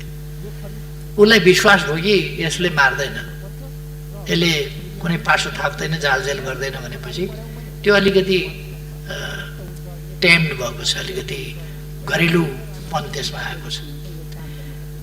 तर पनि ऊ पूर्ण यकिन चाहिँ गर्दैन, फेरि पनि हेर्छ, अनुहार हेर्छ, हात हेर्छ, हात चलाइ हेर्छ, उसको खानातिर मुखतिर नै लगाएको छ कि मतिर ल्याउन खोज्दैछ त्यो हेर्छ। उतिर हात यसो गर्यो भनेदेखि ऊ फुत्त पर सरिहाल्छ। यो जैविक प्रवृत्ति मानिसमा हुन्छ। त्यसकारण मान्छे झन् सचेत हुन्छ, मर्न चाहँदैन, आत्महत्या गर्नै सक्दैन। बाँच्ने प्रवृत्ति मानिसको मात्रै होइन, जैविक हो, जीवमा पनि त्यो हुन्छ भने मान्छे त झन् सचेत, ऊ चाहिँ बाँच्न चाहन्छ, बाँच्न खोज्छ। त्यसकारण जब मान्छेले आत्महत्या गर्छ तब बुझ्नुपर्छ, पीडाले मर्यो, के भएर मर्यो, कसो भएर मर्यो भने पनि त्यस पीडाले उसलाई पहिले डिप्रेसनमा लान्छ र डिप्रेस भएपछि मात्रै उसमा मर्ने प्रवृत्ति सुरु हुन्छ र हाबी हुन्छ। जब मर्ने प्रवृत्ति, मरु लाग्ने प्रवृत्ति हाबी हुन्छ तब उसले आत्महत्या गर्छ। त्यसकारण हामीले साइकोलोजिकल ढङ्गले ट्रिट गर्ने, काउन्सिलिङ गर्ने यस्ता बेलामा जरुरी छ। त्यसै कारण हामी भनिरहेका छौँ कि टेरर, मानिसलाई टेरर हुने गरी, टेरराइज हुने गरी होइन, सतर्क हुने गरी कुरा गरौँ। हामी पनि सतर्क बसौँ, आतङ्कित नबनौँ। कोरोनाबाट सतर्क बसौँ, आतङ्कित नहौँ। यो खराब हो, यसले मार्न पनि सक्छ, तर त्यसबाट हामी बाँच्न सक्छौँ, सर्न नदिन सक्छौँ सतर्क भयौँ भने। त्यसकारण आतङ्कित नबनौँ। आतङ्कले डिप्रेसनमा लान सक्छ। यस्तो कुराहरू थुप्रै भएको छ। डिप्रेसन, अब कोरोनाको कारणले डिप्रेसन भएको हुनसक्छ, अथवा कोरोनाका समयमा भएका अन्य गतिविधि, अन्य क्रियाकलाप, अन्य हिंसाजन्य कुराहरू अथवा अरू प्रकारका मानसिक दबावहरू सिर्जना भएर पनि डिप्रेसनमा गएको हुनसक्छ र आत्महत्या भएको हुनसक्छ। तर त्यो लकडाउनका कारणले होस्, अरू कारणले होस्, कोरोना लाग्ला भन्ने डरले होस्, अथवा लकडाउनको फाइदा लिएर कसैले सबलले दुर्बललाई पीडा दिएको होस्, बाँच्न कठिन बनाएको होस्, मर्यादित जीवन जिउन नदिएको होस्, जेसुकै कारणले भए पनि त्यस्ता कुराहरू हुने गरेका छन्, जसप्रति सरकार अत्यन्त संवेदनशील छ।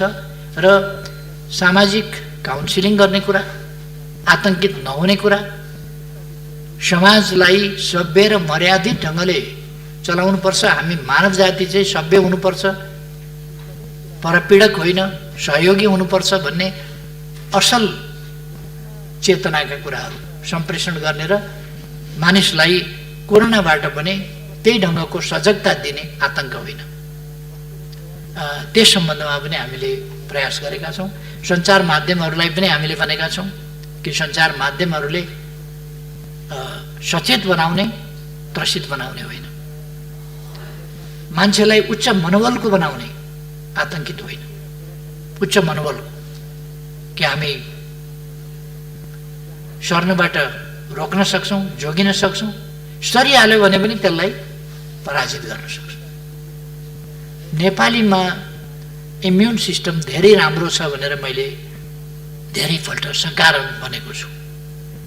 सकारण त्यसका तर्कहरू छन्। कतिपयले इम्युन सिस्टम बुझेका छैनन्।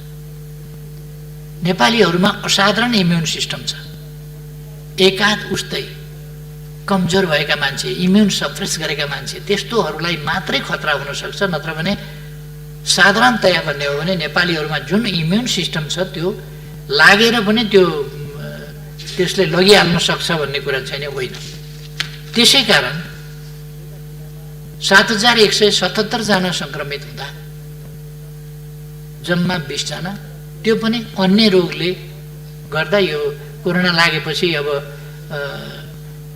WHO को भनाइअनुसार हामीले एउटा त्यो मापदण्डलाई मान्न पर्ने कि त्यो लागेपछि त्यसैको टाउकोमा हालिदिनु पर्ने भएको हुनाले यो 20 को सङ्ख्या भएको। अझै पनि म त्यो दोहोऱ्याउन चाहन्छु, त्यो सत्य हो त्यो कुरा। र नत्र भने हाम्रो साह्रै सानो सङ्ख्या होला। यति हामीले 1167 जना त निको पारेर घर पठाइसकेका छौँ। अर्थात् यो निको हुँदो रहेछ नि, निको हुन्छ। 1-2 जना बितेको भए पनि 1167 जना त निको भएर घर गए अथवा निको भएर घर जान्छन्। 81-82 वर्षको उमेरको ज्येष्ठ नागरिक महिला निको भएर घर जानुभयो। 64 वर्षको ब्लड प्रेसर भएका बिरामीहरू, उच्च रक्तचाप भएका बिमारीहरू, दमका बिमारीहरू, अरू विभिन्न बिमारीहरू भएकालाई गाह्रो पर्छ भनेको पनि नेपालमा त्यस्ता बिमारी, खोइ म त दमको बिमारी थिएँ, यस्तो थियो, तर पनि उच्च रक्तचाप पनि थियो, तर पनि मजाले तातो पानी खाने गरेँ, निको भएर पो आएँ भन्ने बुढाबुढीहरू हामीले भेटिरहेका छौँ। त्यसकारण नेपालीहरूमा इम्युन सिस्टम धेरै धरो छ र हाम्रो उपचार पद्धति प्रवृत्ति पनि भरसक राम्रो छ, तर यसको औषधि छैन। त्यसकारण पर्खिने र प्रतिरोध गर्ने नै यसको त्यसका निम्ति कसरी प्रतिरोध क्षमता बढाउने त्यस सम्बन्धमा मैले प्रतिनिधि सभामा पनि, सायद राष्ट्रिय सभामा पनि अगाडि पनि मैले बोलेँ होला। कसरी इम्युन सिस्टम चाहिँ दह्रो हुन्छ, दह्रो बनाउन सकिन्छ भन्ने कुराहरू 5वटा टिप्सको बारेमा मैले कुरा गरेँ होला। सन्तुलित र औषधिमय हाम्रो खाना, त्यसलाई समयअनुसार र सन्तुलित ढङ्गले मिलाएर खानेकुरा, हाम्रो बासी खानेकुरा फ्रिजमा राखेर अनेक दिनसम्म खाने भन्दा दैनिक बिहान बेलुकै पकाएर खाने, जति बेला खानु पऱ्यो त्यति बेला पकाएर खाने प्रवृत्ति, त्यो हाम्रो धेरै राम्रो कुरा छ। त्यसले इम्युनलाई राम्रो गर्छ। अर्को, हामी शारीरिक श्रम गर्छौँ, व्यायाम गर्छौँ, योगा गर्छौँ, त्यसकारण हामी स्वस्थ छौँ। यस धरतीमा योगा हाम्रा पूर्वजहरूले खालि शारीरिक व्यायाम मात्रै होइन, प्राणायाम समेत, जो प्राणायामले शारीरिक व्यायाम मात्रै होइन, श्वास प्रश्वासलाई नियन्त्रित, दौडिएर काम गरेर श्वास हुन सक्छ, सास बढ्न सक्छ दौडिँदा, तर त्यो नियन्त्रित श्वास प्रणाली, त्यसको नियन्त्रित र पर्याप्त फोक्सो खाली गर्नेदेखि पर्याप्त फोक्सो भर्नेसम्मको यो श्वास फ्याफ्याको हिसाबले मात्रै होइन, त्यसलाई नियन्त्रित गर्ने, जसबाट मस्तिष्कमा पर्याप्त अक्सिजन, मुटुमा पर्याप्त अक्सिजन जस्ता कुराहरू पुर्याउँछ, जसले सम्पूर्ण शरीरमा रक्त सञ्चारद्वारा अक्सिजन पुर्याउँछ र मान्छे ताजा हुन्छ। यी सब काम हाम्रा पूर्वजले अनुसन्धान गरेका थिए। त्यसकारण यो हामी कहाँ छ नि, त्यसै गरेर आरामका कुरा मैले गरेका थिएँ, त्यसै गरेर स्वस्थ ती कुराहरू मैले भनेको थिएँ र सकारात्मक सोच राख्न पर्ने कुराहरू, उच्च मनोबल राख्न पर्ने कुराहरू। अब कोरोनाले छोयो भन्ने बित्तिकै मर्छु, अब गएँ म भन्ठानु भनेदेखि त बाँच्न गाह्रो हुन्छ। कोरोना भनेको एउटा रुगाखोकी जस्तो लागिहाल्यो भने हाछ्यौँ साछ्यौँ गर्नुपर्छ, तातो पानी खानुपर्छ, उडाइदिनुपर्छ। त्यो हिसाबले सोच्नुपर्छ, उच्च मनोबल राख्नुपर्छ। कोरोनाले लान सक्दैन, लागिहाल्यो भने त्यो मनोबल राख्नुपर्छ। अब मैले अघि नै क्वारेन्टाइन र सुरक्षाको बारेमा भने, क्वारेन्टाइन विश्व स्वास्थ्य सङ्गठनको मापदण्ड अनुसारै हुनुपर्छ भन्ने हामी सबैको मान्यता हो। हामी प्रयास त्यही गरिरहेका छौँ। तर पनि यथार्थ के हो भनेदेखि हाम्रो सामर्थ्यले अहिलेसम्म लाखौँ मान्छेलाई, जस्तो मैले अघि नै भने क्वारेन्टाइनमा 1,08,336 जना मानिस अहिले छन्। यति उपयुक्त क्वारेन्टाइन यति बनाउने हो भने करिब करिब युद्ध स्तरमा बनाउने हो भने 1 वर्षमा बनाइसकिँदैन। मान्छे बस्ने आवास बनाउने कुरा हो नि। 1,08,336 वटै टोयलेट बनाउनु पर्यो, किचन बनाउनु पर्यो, त्यहाँ खट्ने मान्छे त्यति चाहियो। यो प्रधानमन्त्री कार्यालय मातहतमा रहेको अनावश्यक खर्च भन्ने छ नि, यो अनावश्यक खर्च भनेको यस्तैमा लाग्ने खर्च, त्यसको अनुगमन गर्नु पर्यो। स्वास्थ्य कर्मीहरू खट्नु पर्यो, डाक्टर चाहियो, नर्स चाहियो। स्वाब टेस्ट गरेपछि त्यो स्वाब टेस्ट गर्ने फेरि पुर्याउने ती सबै मान्छे पनि चाहिए। सुरक्षा कर्मी चाहिए, भोलिन्टियर्स पनि चाहिए। 3टा भोलिन्टियर्स अपराधी निस्किए भनेर संसारभरिका भोलिन्टियर्स भनेका अपराधी हुँदा रहेछन् भन्ने ठान्नु हुँदैन। भोलिन्टियर्स भनेको एउटा पवित्र नाम हो।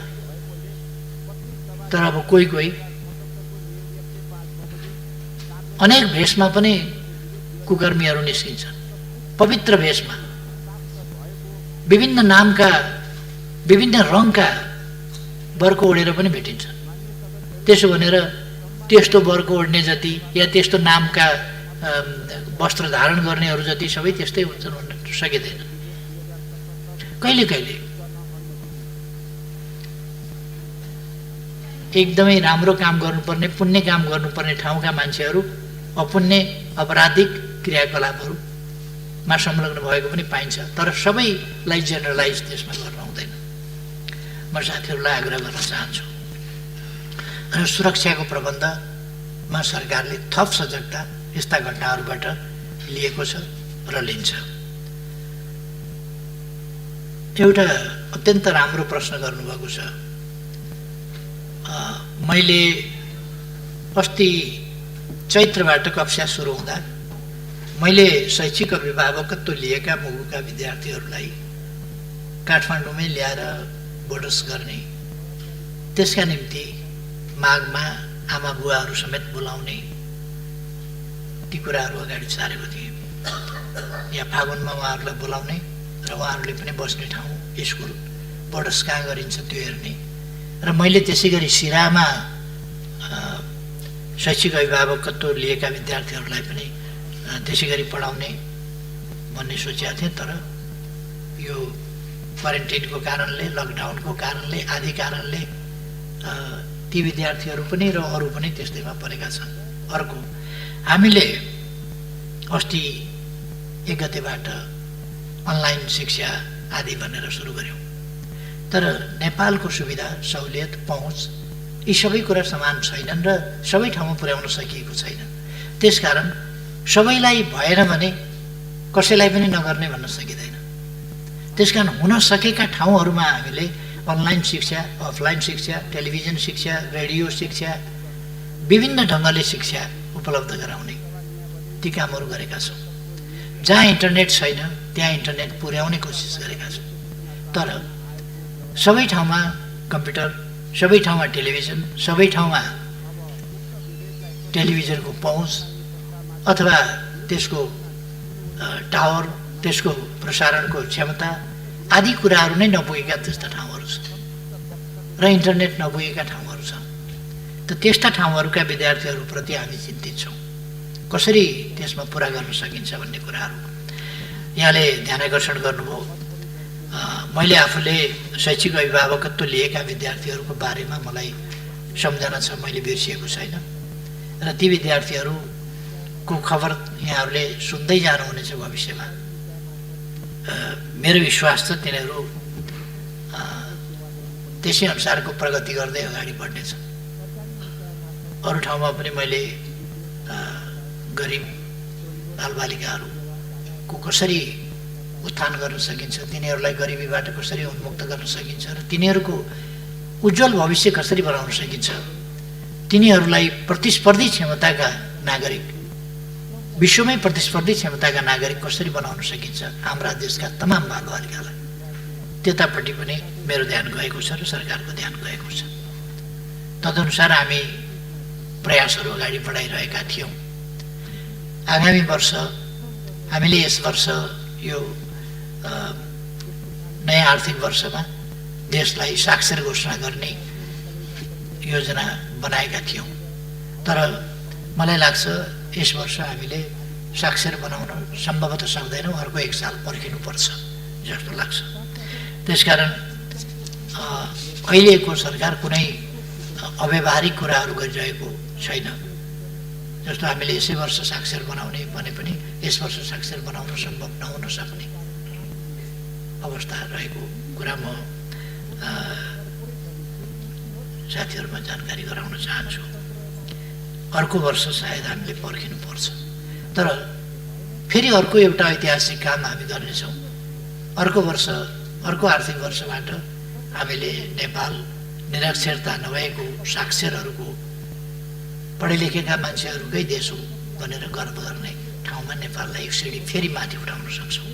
अनेक क्षेत्रमा हामीले माथि उठाएका छौँ। हामीले एउटा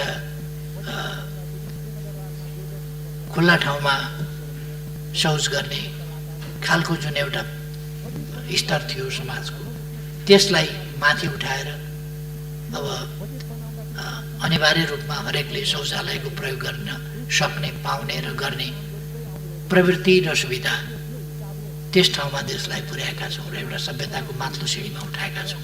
अघि मैले भने सभ्यताका यस्ता थुप्रै सिँढीहरू, थुप्रै युगहरूलाई हामीले परिवर्तन गरिदिएका छौँ।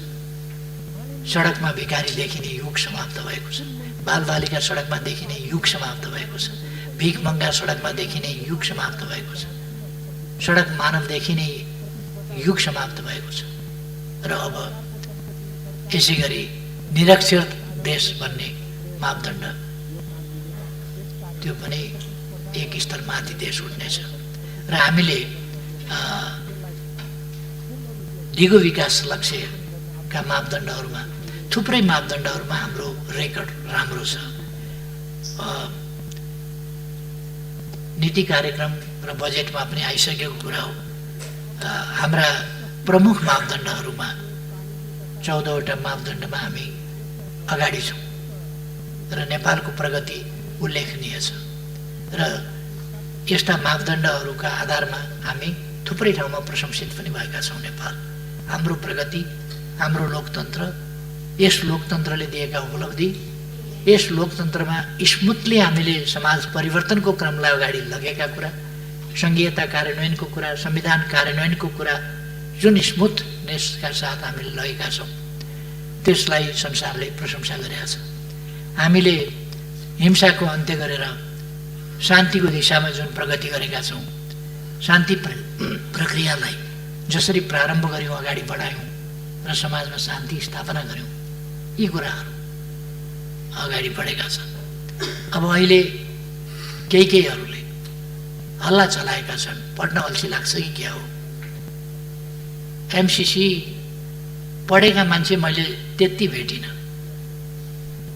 एमसीसी सम्झौता खोजेर ल्याएर पढे हुन्छ,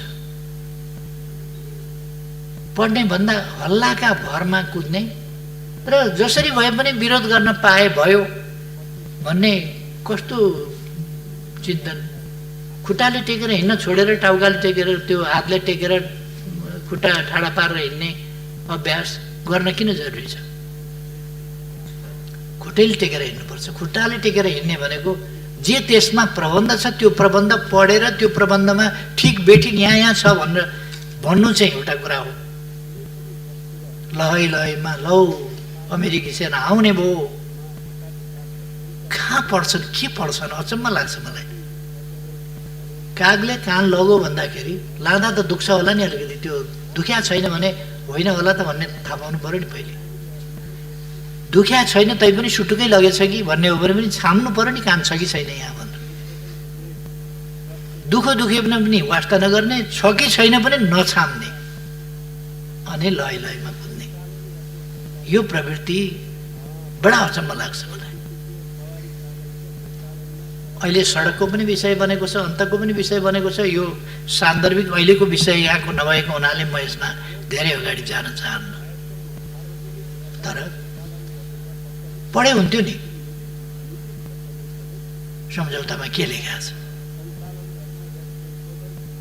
कि यस देशमा विकास हुन आँट्यो भन्ने चिन्ता हो। यस देशमा विकासका लागि अनुदान आयो भन्ने चिन्ता हो। ठिकै छ, यस सम्बन्धमा म मान्यजीहरू समक्ष आफ्ना विचार अर्को कुनै समय राख्नेछु। यो छलफलमा आउने नै छ। म मान्यजीहरूलाई आग्रह गर्न चाहन्छु, हामी देशका सर्वोच्च जनप्रतिनिधि संस्थाका सदस्यहरू, हामीले इतिहासमा दर्ज हुने गरी बोल्नु पर्दछ। तपाईहरुलाई थाहा छ, एक जमानामा महाकाली सन्धिको सम्बन्धमा यति ठुलो बबन्डर आँधी हुरी मच्चियो, म आश्चर्यचकित भएँ। मैले भने म त त्यस्तो केही पनि देख्दिनँ, यहाँ त ठिकै देख्छु। फेरि हामी आफैले अध्ययन गरेर ठिक छ भनेर दुई सरकारका बीचमा हस्ताक्षर गर्दा हामी सरकारमा नभएको पार्टी पनि त्यहाँ उपस्थित थियौँ र हाम्रो नेतृत्व वर्ग त्यहाँ उपस्थित थियो र यो गरौँ त सही गरौँ, ठिक छ, तपाईहरुको पनि मन्जुर छ, प्रतिपक्षको पनि मन्जुर छ भन्दा मन्जुर छ। प्रणब मुखर्जीले हस्ताक्षर गर्ने बेलामा फेरि 3-4 पल्ट पहिले सोधिसकेर हस्ताक्षर गर्ने बेलामा कलम समातेपछि तो मैं साइन कर लूं सोधे थे। हाँ ठीक है कीजिए भनेपछि उनले साइन गरे।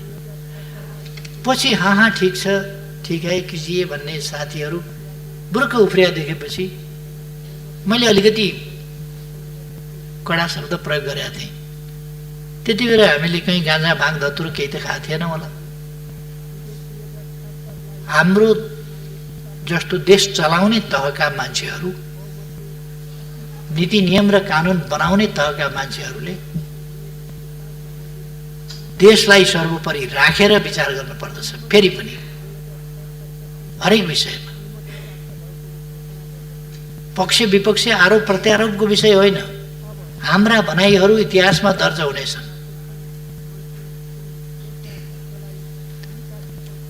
त्यसकारण अहिले संविधान जसरी सर्वसम्मत ढङ्गले संशोधन भएको छ, यो यस संसदको इतिहासको गौरवको कुरा हो, नेपाली हुनुको गौरवको कुरा हो, राष्ट्रियताको प्रश्नमा नेपालको एकताको गौरवको कुरा हो। त्यस्तै गौरवका विषय हुने गरी हाम्रा अभिव्यक्तिहरू पढेर अध्ययन गरेर हेरेर भोलि फरक नपर्ने गरी हाम्रा नाति नातिनीका पालासम्म फरक नपर्ने गरी, त्योभन्दा पछिसम्म पनि फरक नपर्ने गरी यी इतिहासमा हेरिने विषय बन्छन्। म मान्यजीहरूको ध्यान आकर्षण गर्न चाहन्छु, इतिहासमा हेरिने विषय बन्छन्। त्यसकारण हामीले संसदमा बोल्दा कहिले के कुरा बोलिराखेका हुन्छौँ। म स्मरण गराउन चाहन्छु, संसदका सबै अभिव्यक्तिहरू रेकर्डेड छन्। हिस्ट्रीले फेरि रेकर्ड उदिन्छ। अस्ति भर्खर मैले एउटा अनलाइनमा हेरेँ, 53 सालमा मैले कालापानीको सम्बन्धमा छलफलमा राखेको कुरो, फेरि त्यति बेला सार्वजनिक महत्त्वको प्रस्ताव पेश गरेको कुरो, सीमा सम्बन्धी विषयमा छलफल गरौँ भनेर राखेको प्रस्ताव अस्ति एउटाले निकालेछ 53 सालको कुरो। मलाई धेरै गाली गर्न सकिन्छ, तर मेरो अभिव्यक्तिमा कहीँ कतै चुकेको कुरो कसैले निकालिदियो भने धन्यवाद दिन्छु। इतिहास खोज्न गए हुन्छ। 55 वर्ष भयो मैले राजनीति गरेको, यो 55 वर्षको इतिहास खोज्न गए हुन्छ। खोजेर एउटा शब्द कहीँ त्रुटिपूर्ण निकालिदिए हुन्छ। 48 सालदेखि म संसदमा छु। संसदमा बोलेका कुराहरूको त्रुटिपूर्ण भनाइ, देशहितको विरुद्धको भनाइ, जनताको हितको विरुद्धको भनाइ, सत्ता पक्षमा हुँदा होस् प्रतिपक्षमा हुँदा होस्, मैले प्रतिपक्षको हिसाबले सत्ताको आलोचना गर्नुपर्छ भनेर त्यसरी बोल्ने गरेका थिइनँ, छैन। त्यसकारण म भन्छु कि त्यसरी निकालिदिनु भए हुन्छ यदि कसैले सक्नुहुन्छ भने। त्यो सम्भव छैन। अस्ति कसले निकालेछ फेरि, यो 53 सालमा मेरो नेतृत्वमा एउटा आयोग बनेको थियो। त्यस आयोगले प्रतिवेदनै दिएको छ। त्यस प्रतिवेदनमा लिम्पियाधुराबाट निस्किएको काली नदी सिमाना हो। त्यसभन्दा पूर्वका, उत्तरका पूर्वका लिम्पियाधुरा, लिपुलेक, कालापानी नेपालका भूभाग हुन् भन्ने कुरा त्यस प्रतिवेदनमा पनि लेखिएको रहेछ, जसमा मैले हस्ताक्षर गरेको छु। यो त 53 सालमा पनि लिम्पियाधुरादेखि भनेको रहेछ, आज मात्रै होइन। महाकाली सन्धिको समयमा पनि मेरो भनाइ कसलाई मन परेन र के भन्यो भन्ने कुरा होइन, लिखितै प्रमाण कसैले खोजेर निकालेछ, धन्यवाद छ। लिम्पियाधुरादेखिकै भूमि नेपालको हो भनेर त 53 सालमा नै मैले प्रतिवेदन बुझाएको रहेछु, हस्ताक्षर गरेको रहेछु। त्यसकारण मेरो आग्रह छ, हाम्रा बहसहरू तदनुसारकै इतिहासमा सत्य साबित हुनुपर्दछ, सेन्टिमेन्टका कुरा होइन। हामीसँग हाम्रो परराष्ट्र नीति हुनुपर्दछ, हामीसँग लगानी नीति हुनुपर्दछ, हामीसँग अनुदान कस्ता स्वीकार्ने अस्वीकार्ने ती नीति हुनुपर्दछ। हामीले बोल्दाखेरि यस्ता कुराहरू सबैको सुस्थिर विश्लेषणका साथ बोल्नुपर्दछ। त्यतापट्टि म साथीहरूको ध्यान आकर्षण गर्न चाहन्छु। र विचार राख्न, देश र जनताको हितको पक्षमा अध्ययनका निष्कर्ष र विचार राख्न हिचकिचाउनु हुँदैन, हिचकिचाउनु पर्दैन। त्यो स्वतन्त्रता हामीलाई छ। विचार छलफलका लागि पार्टीले निषेध गर्दैन, व्हिप लगाउँदैन। कमसेकम मैले नेतृत्व गरेको पार्टीको कुरा म गर्छु। छलफलका लागि निषेधित व्हिप जारी गर्दैन। कहिले कहिले मतदानका लागि व्हिप जारी गर्न सक्छ,